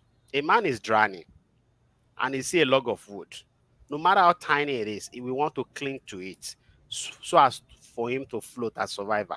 So when he cleave to that log of wood and you come and you say, and the book of Ecclesiastes says that God will bless the work of your hand and that you must not click on that tree. He will tell you, let me survive first. So survival instinct is one of the reasons people will not stop falling into the ditch of Ponzi scheme and whatever looks like gets rich quick investment that is popping up every day in Nigeria, because the economy is not friendly, it's not favorable to an average Nigeria, and the government need to seriously work on this. Another thing is, people engaging in Ponzi scheme, they are not being punished enough. This lady Ovi Kinikon that just scammed people recently, a statement that is allegedly accounted to her is that she will prefer to rot in jail than she giving people back their money. This is what the society have shown her, that with all this money you have crookedly gotten from these people, you can even walk away free with it without giving those people their money back, bribe your way through anywhere, and she will live happily again. In fact, I'm surprised that she's still in Nigeria, because most of them, when they gather money like that, they run away. You remember there's one investor guy that people were saying is the spiritual son to one pastor because they snap pictures together. And it was in the news that time that he went ahead to buy passport of another country for himself and his family. So the government need to do more. The government need to do more. People need an average. See, no matter how we preach, tomorrow another pumping scheme will pop up. Some people, as we say now, some people in Nigeria now, what they are looking for is a Ponzi scheme. They understand that when it is new, it is paying. So when it is new, they quickly subscribe to it and cash out. That is what some people are living their life on, because they don't have job, because the business they try to run folded up, because the government policy choked their business up. Yeah, So our in other government need words, to it means do they more. know that it is Ponzi scheme. It's not It, ignorance. yes, this Abiyamo case, because we are on the case for like 1 year, it is that time I now get to know that some people even know. So because on the group chat, some people are even bringing some other Ponzi scheme. I say, so some people know already that this is a Ponzi scheme, but They they just want also to have quickly cash out. understood. Yes. And see, okay, we can blame them, but people have to survive. They have to eat, they have to fend for themselves. It is a survival instinct. No matter the morale you have, no matter how upright you are brought up with, when it is time to eat, that your aching stomach will not understand that oh mommy, a uni or not early, you should not depart from it. That stomach will not hear. You need food to fill it. Okay, thank you, Tosin. Village boy. This is one of the published research that I read. This is a statement from the abstract. It said the proliferation of Ponzi schemes in Nigeria appears to coincide with the official declaration of economic recession in early 2016. It is therefore pertinent to empirically investigate the nexus between the recession and Ponzi schemes in Nigeria. So, could it be possible that this is the research now saying that there's perhaps a linkage between when people, especially in Nigeria, the case in Nigeria, when people are economically not doing well, that they might be driven to, go seek some, quick cash that they might be able to use to solve some quick problems. Well, thank you so very much. That is one dimension to it. But when you look at, there are so many other intersections. Like when my article, I picked one of the intersections. I said the intersection between greed and scamming. So there are so many factors that are related to this. Ponzi scheme has always been there. It's not just a new thing. But the question is like, why is it escalating? The research work you read is talking about 2016 because of economic downturn. The Ponzi scheme you were involved was in 2003. 2008. That was 2008. That was 8 years before the economic recession. So one thing that is a factor here, if you want to put certain things down, there is a constant factor of greed in all this. In 28 that you are doing, You are looking for quick cash out, if you can use that word. So, and that has to be established. It is painful when people lose their money, and don't think I am insensitive to that. I am not. However, but the truth is, sir, I'm hold sorry on, to cut you short. hold on, please, hold on a bit. Okay. There is always what we call buyers beware. If I know there is a lot of things that are wrong with our system, our productivity has never been this poor. Almost all factories have been closed and turned to worship centers. That shows you a country that is not serious. Prayer, I wrote an article previously. I said the seriousness of a miracle seeker.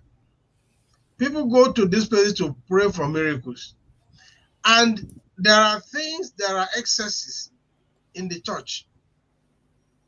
There are irresponsibility on the part of government. The excesses in the church is such that how can you go to church and ask people to lift up their phones and they will receive a miracle alert? That is that is the best thing anybody can do. That has no establishment on the foundation in the scripture.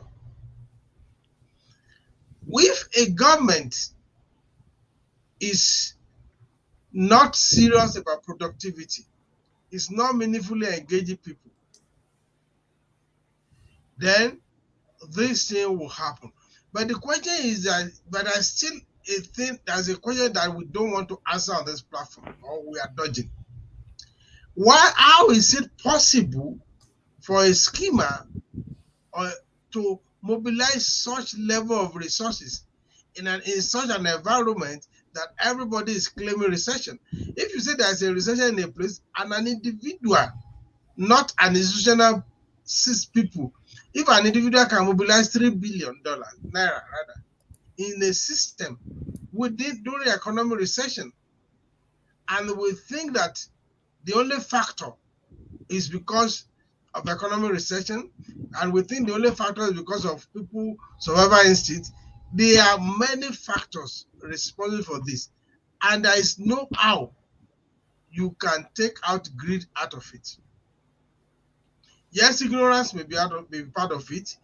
Lack of adequate information may be lack of it.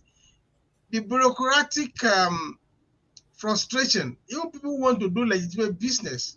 I've said this before. Government agencies that are responsible for licensing will frustrate you, will delay your process. There are so many things. That's what I call government responsibility. There are many factors. And it's not Nigeria that alone that has experienced economic recession. Why is scamming becoming an industry? The simple answer is like, in every market, to have a sustainable seller, there must be continuous buyers. And we are talking to them on the angle of buyers. Buyers beware. So okay. If I have you invested 30,000, which is a small amount. If somebody like the one somebody in UK who invested 145 million in Nova, is that survival institute? Somebody that is living in the abroad took 145 million to go and invest with an individual. That is not survival instinct.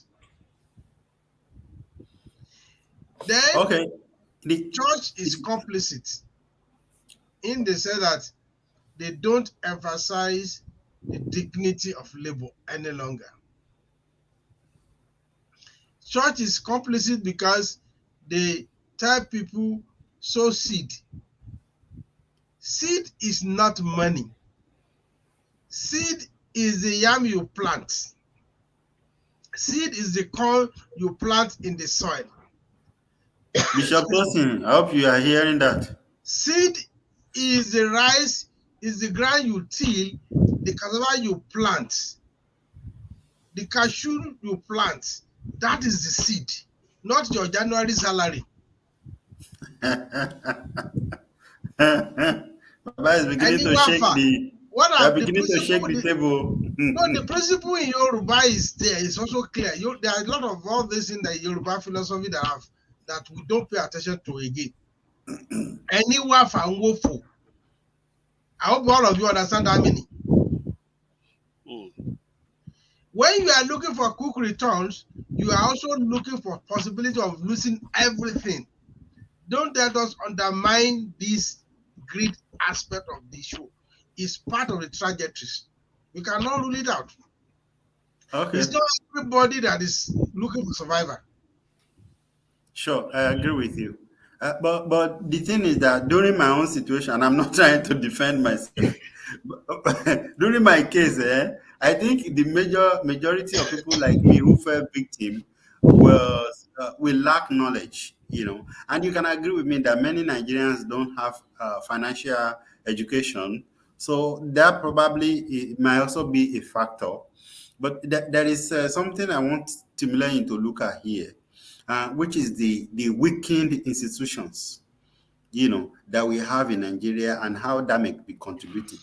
Somebody in one of the reports that I read, he said that it is estimated that Nigeria have lost about 300 billion in the last few years to Ponzi schemes.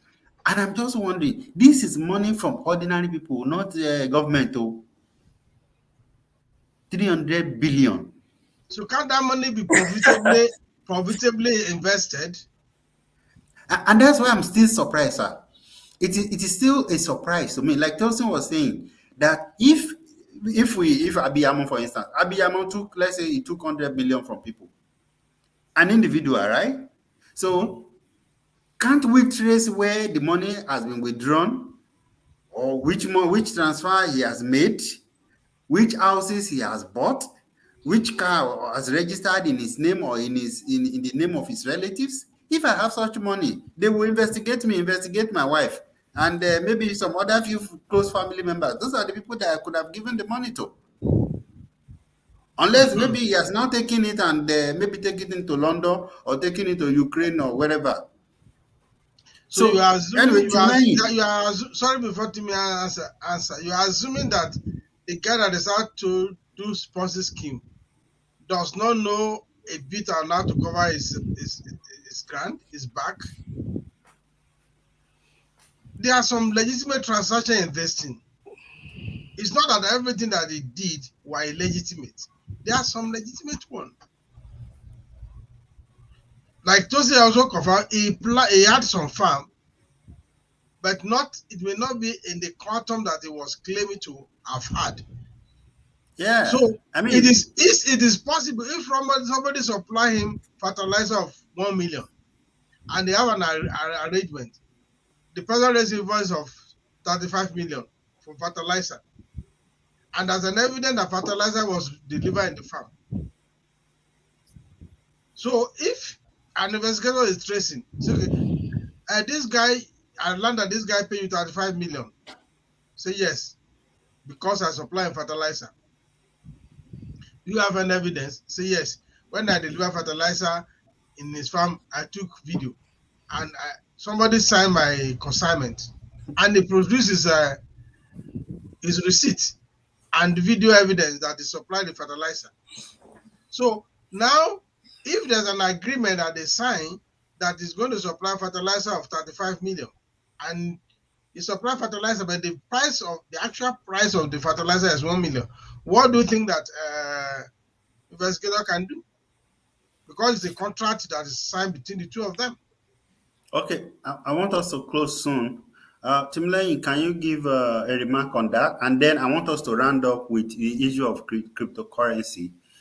How this might also lead to another issue in Nigeria, because many people they are not tech savvy. They don't have access to crypto related information. Even me I'm sitting in front of computer 247 going, I don't know much about it. But then I've invested 1,100 dirham. So I mean rupees. I said, let me even make it a name. I just buy it and put it there, so I can go there and check. I'm not ready, I'm just buy it just in case. I just wanted to have an idea of it. It's not much, but I just wanted to have an idea. So I want us to look at how this may also become another big deal because I'm canvassing and saying, crypto is selling seriously, and these are people who don't know anything about cryptocurrency. They might go and tell my mom. So there's one thing, cryptocurrency in the next 10 years, that is what people will be selling and all of those things. Yes, there are other, including India Central Bank is saying they are going to ban it, that they are considering, they were, saying there's a relationship between it and Ponzi, because it's not being regulated, money can just disappear.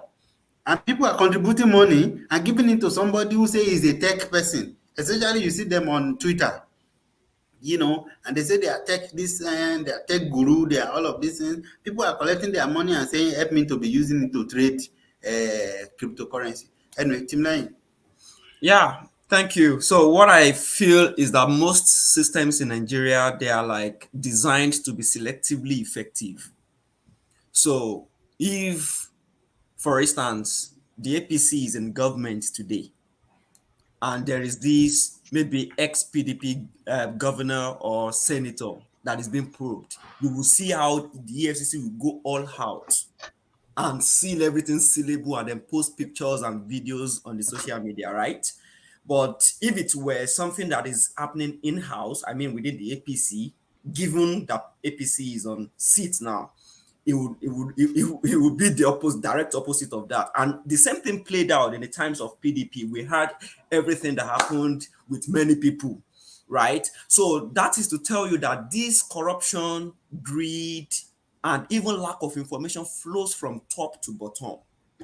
It is that same anointing that works up there that flows down to every person in Nigeria, really.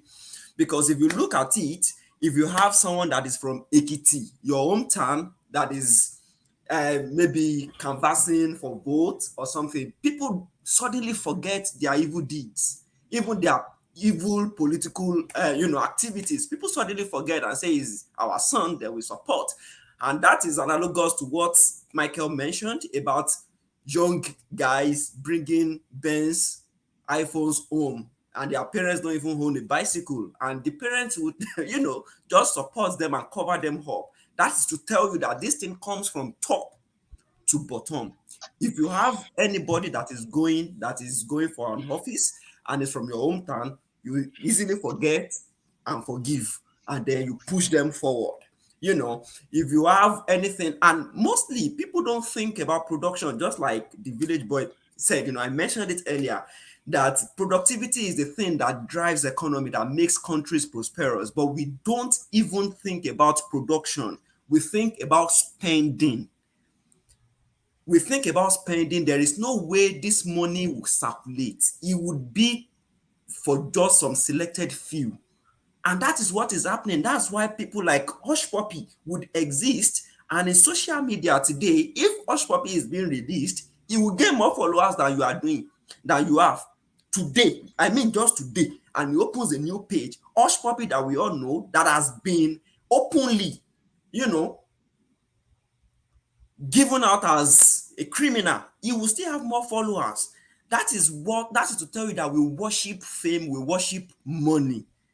So these things flow. It is corrupt. It is a corrupt practice, and when the mind is corrupt, there is, or let me say, if you have a corrupt mindset, it's a mindset thing. Like I mentioned, if you have a corrupt mindset, there is little anybody can do about it. If we have a good government system up there that is tackling every little detail of corruption, everything, you would see that people will shift. I don't know who mentioned it on this platform sometimes, that when Buhari first came on board, everybody shifted and we had constant light. I was in Nigeria. I experienced it. There was light for the first few months. And, people just realized that, man, this guy is just, it just came with initial gra IGG, and there is nothing that will happen afterwards. Cannot even back. It's just, and they decided to go back to their old ways. That is to tell you that Nigeria can work if we have leaders. Nigeria will work if we have leaders. And it is a system that works, that gives people good experience. And it is experience that builds up to become mindset. So if you experience that you can get away with whatever evil you do, no consequence, then you know that you are prepared to even face the shame for a few moments on social media. People will talk and they will shut up. That's the way Nigerians do. If you do anything today, your name will be there. They will drag you, they will do everything, and just give it 2 weeks or three. Then you are okay. And you come back again with something juicy and then you do give away. Madam Dorothy already told you, but to do giveaway, maybe we'll have more followers on YouTube. So just do giveaway and people will start following you, and it is earth nature. Whatever you say, good or bad, so far people are in support of you, they will just follow you like that. They don't even care Yeah. about, that is how it works in Nigeria. So I think that's my thought. If everything gets straightened up from the top, we keep saying that it is the Nigerian citizen that make up the Nigerian government. But the truth is, the Nigerian citizens, they are too docile. Who wants to die? To make any effect, to effect any change. But the people up there, they have the power to do it, even though even powers within will still stop them. But those people up there, they have the authority, and that is what it means to empower someone, to get someone to the seat. That is actually what it means. But I'm very, very glad that we mentioned the issue of churches and their contribution. Not even churches alone. We have mosques as well. We have traditional leaders as well. All of these people are contributing, and at whatever place we are, there are positions of leadership. So, for instance, a pastor that is heading a church, I am actually, because we tend to focus too much on the negatives. I'm really super proud of Sam Adeyemi because he does a lot of financial education for his flock. He does a lot of it. And there are many pastors like that do that. So it is good also to put out names like that. People are actually doing things, but Of course, the in greed, fact, I have it in mind that one day we are going to do a show right, where we talk about the good and the bad of the church. Because right, after all, the church has been a blessing to all of us in a way. So we cannot continue. I mean, we cannot always talk about the negative. So thank you for mentioning that. Yeah, Pastor Sam Adeyemi is somebody that I respect highly. His knowledge on investing and economics is superb, and I wish a lot of pastors would do more, because pastors are authority, or imams are. Because Nigerians are heavily religious, there's nothing we can do about that. And so that's why we are always calling them, because they have so much authority and power. There's so much they can do. They are next to the government. We know the right. government is much more powerful. Right. So You if we know, have a system that works, that people are not really high due, people are really, there is work, people get employed with, reasonable pay. I understand the position of the village boy, that it is not always from a place of survival instinct. Neither is it only greed.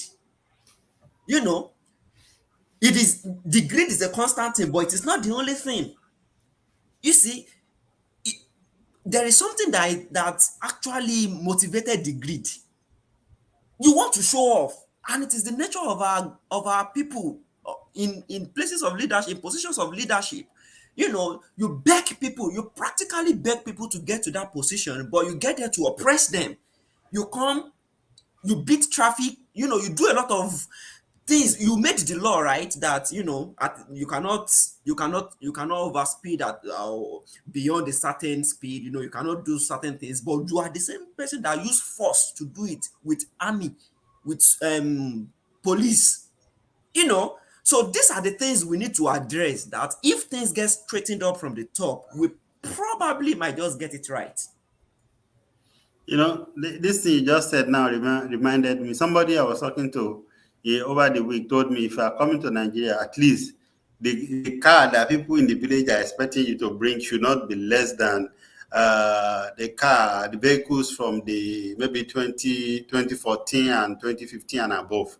I say, Can you imagine? that's the expectation. Yeah. That's the mindset of oppression.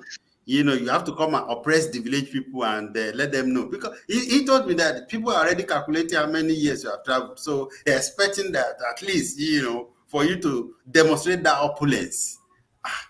We have a lot of issue, Yeah. and it's almost 2 hours. I want us to go. Right. you Right. know but I want us to look at the issue of Ponzi. I mean, not Ponzi, direct what do you call it, cryptocurrency.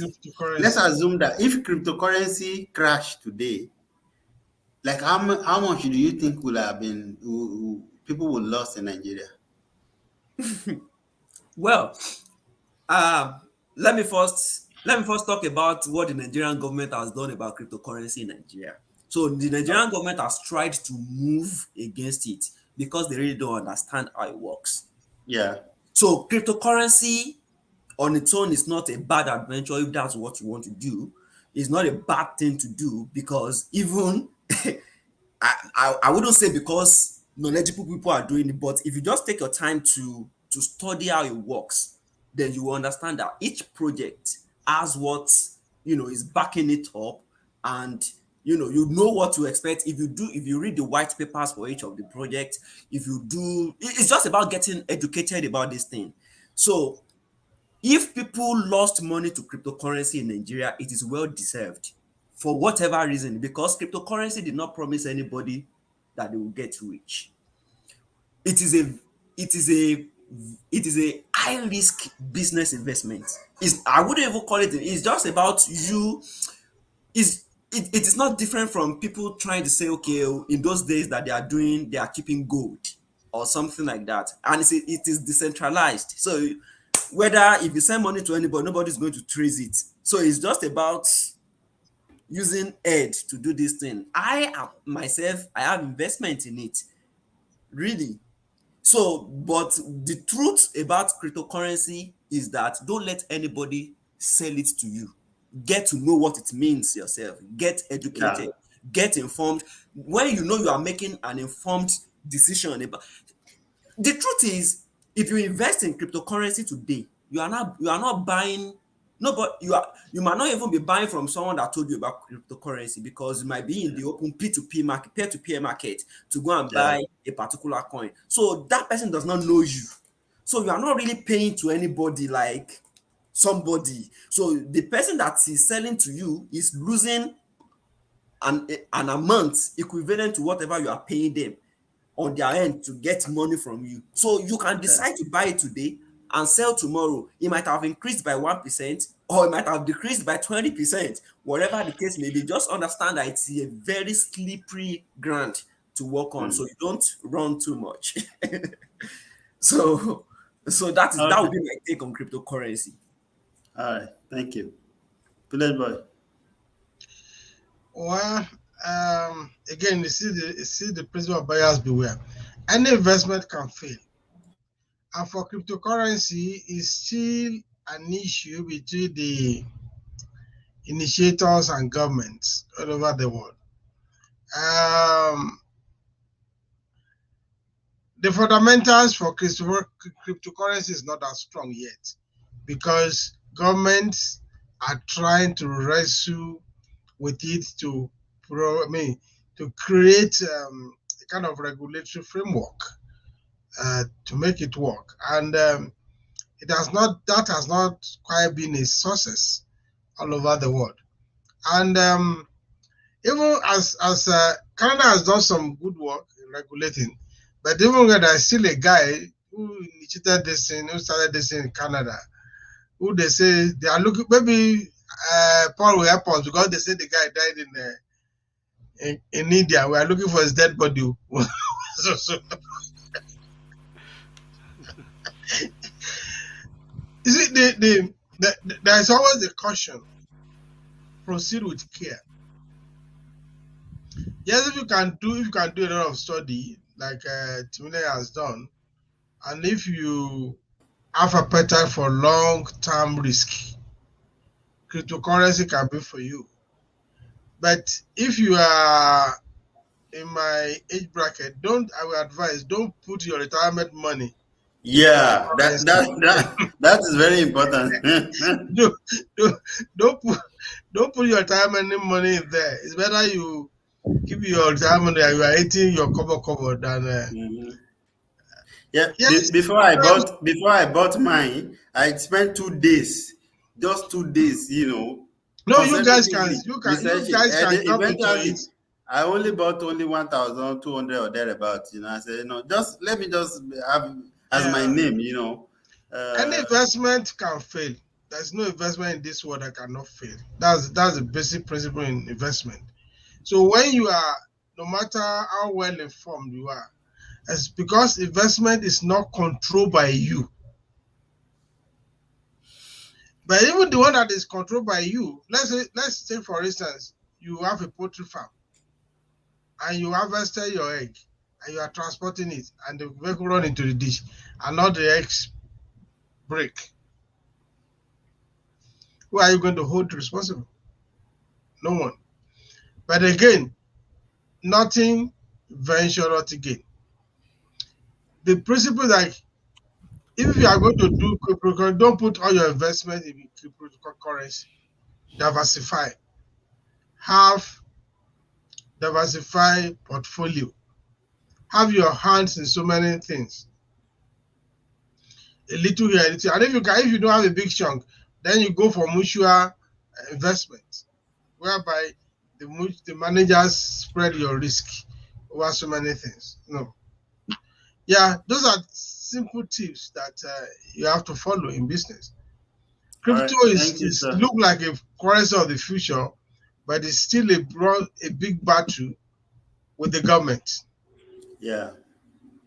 Yeah, exactly. That's what I thought. That well, maybe it could be. We might say it won't, and then it becomes. Then, if I don't have anything in it, well, why will it? What would I say when I'm Well, actually of this generation? That it was has why I actually said, become in 2013. A guy actually posted that just buy $1 worth of Bitcoin.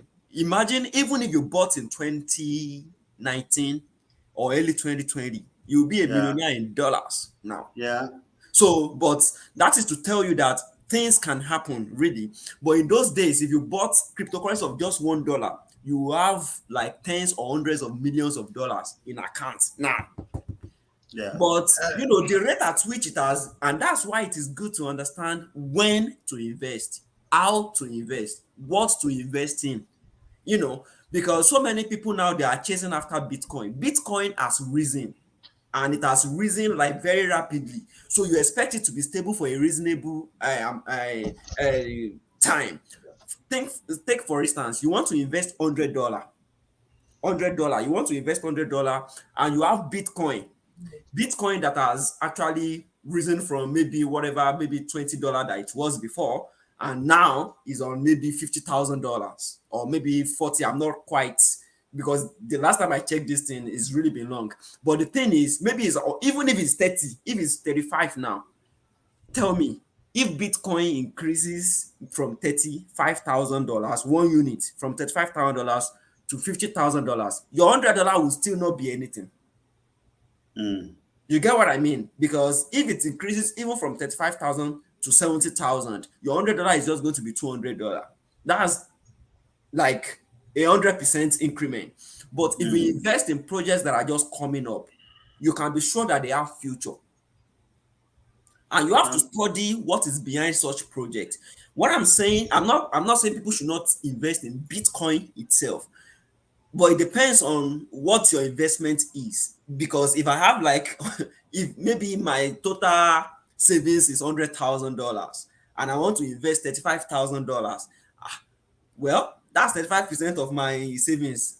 I can put it on Bitcoin, because if I know that if Bitcoin increases from $35,000 to $50,000, I have $15,000. And that is to tell you how, these things increase with the money you put in and the time mm. you come in. So that would just be my own advice. Like, Is this guy Elon Musk still supporting Dodge? I think he is. Okay, Tosin, you have any final statement? Let's close. We can talk those ones behind closed door. Meanwhile, next week, Timlani will be around. We will be talking about politics. Means I want to go to politics now. Ah, that's good. so that you guys, I'll be happy to contribute. I'm doing fundraising to join PDP. PDP, I know I think APC. yes is 50 million, right? Is it 50 or 40 million? Presidential, ba? 100 Presidential for is APC. 100 million now. No, APC is 100. For PDP is less than that. Yeah, I think it's yes. 40 or so. I think it's 40. Yeah, we should just gather They are like broke 40,000 now. people. They We don't don't have want to give access to them the 1,000. treasury. You say? They are broke. They don't have access to the treasury. Yes, now. Not that they are nice. Don't think they are nice. It's Right. because no accessibility. Right.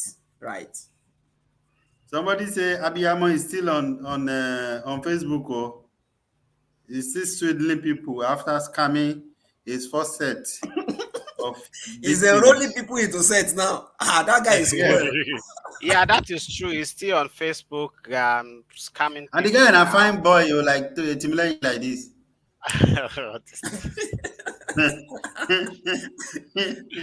I've seen his picture. When I saw Tosi's rant that time, I went and looked. Who is this guy? I saw his picture, and I was wondering, so that this small boy and they scam people with big money. But the truth is that there were a lot of people on social media at that time that were talking about coming to invest in farm. You know, it is farm now. Everything is farm now. Farm business is this, that, and you know, people were talking about. In fact, some people even come to what do you call it? Dr. Sunday Adelaja's platform that time to come and talk about farming business in Nigeria, how you can invest in it, and all of those things. They invited me and look at it and farming. Me that I grew up in the village. How much are they making? I spent the first 20 years of my life in the village. So what are you going to tell me about farming in Nigeria that I don't know now? What are you going to plant? I've not been Is to it village cocoa before. waiting? I've been to farm before. Yeah. I spent the first 20 years of my life straight in the farm, in the village. So what is it about farming? So I saw them, people posting about it, you know, all these London people talking about it is farming now in Nigeria, you invest and this, you get, at least maybe you get rice, you can give to people or you can sell by yourself and all of them. Even Buhari is a scam. Big scam. That's just it. Buhari is a scam. Can we close today? Papa is beginning to feel uncomfortable with that statement. What is my own? They continue. Everybody knows it. Everybody knows it. Everybody knows the man is a scam because he himself knows that.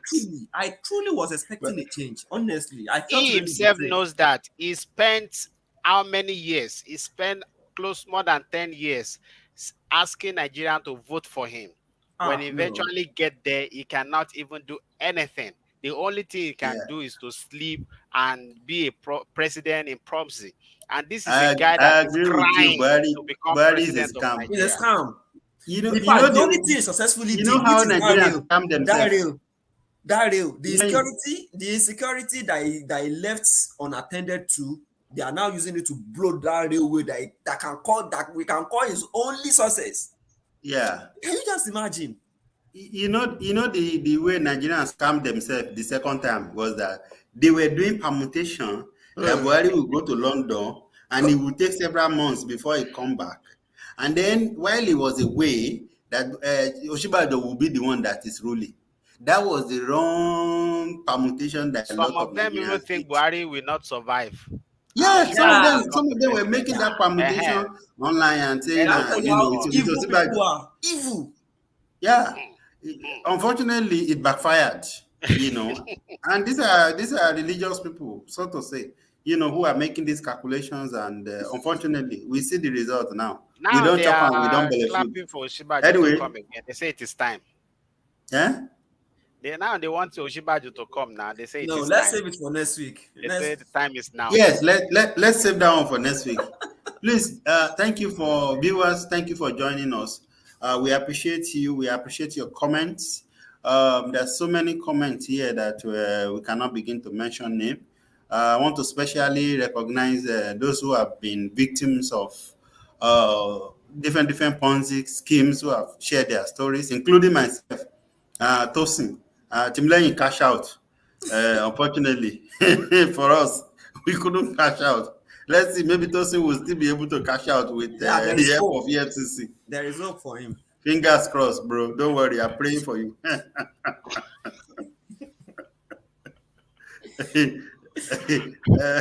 We thank Mama Dorothy, our own special Mama Dorothy, and Mr. Ismail. I think Mr. Ismail is probably one of the victims.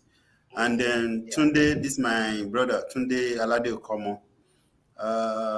Yinka Orebi, thank you very much. There's somebody here who is also asking for urgent 2K. So anyway, we will close. So next week we are going to be back. We're going to be talking about the candidacy, the price, the money, you know, and maybe I will be running for competing against either Tinubu or Shibajo. We don't know yet. Hopefully that Village Boy will help me coordinate the fundraising. Foul.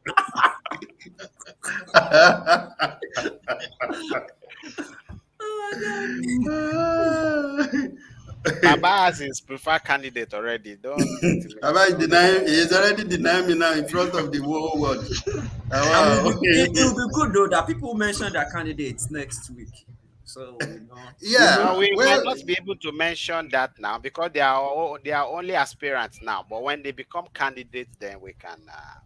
That's you cannot put out your chest. No, we can still support aspirants too, you know, just to lend our voice towards so that. Gentlemen, I thought you said we are discussing that next week. Are we continue now? All right, sir. So thank you very much, everyone. Thank you. We love you. We appreciate you. Those who have watched. Mr. Imakin, thank you. I see you from South Africa. Thank you. Bro. God bless you, bro. And Mr. Innocent, who have shared that Abiyamo is still scamming. So on behalf of those team, I'm saying beware of Abiyamo. I saw his post some maybe many months ago, maybe last year. So please don't be a victim. So we'll be here again next week Saturday, you know, to discuss politics detail, you know. Fingers crossed. I hope it's gonna be hot. All right, bye-bye from all of us.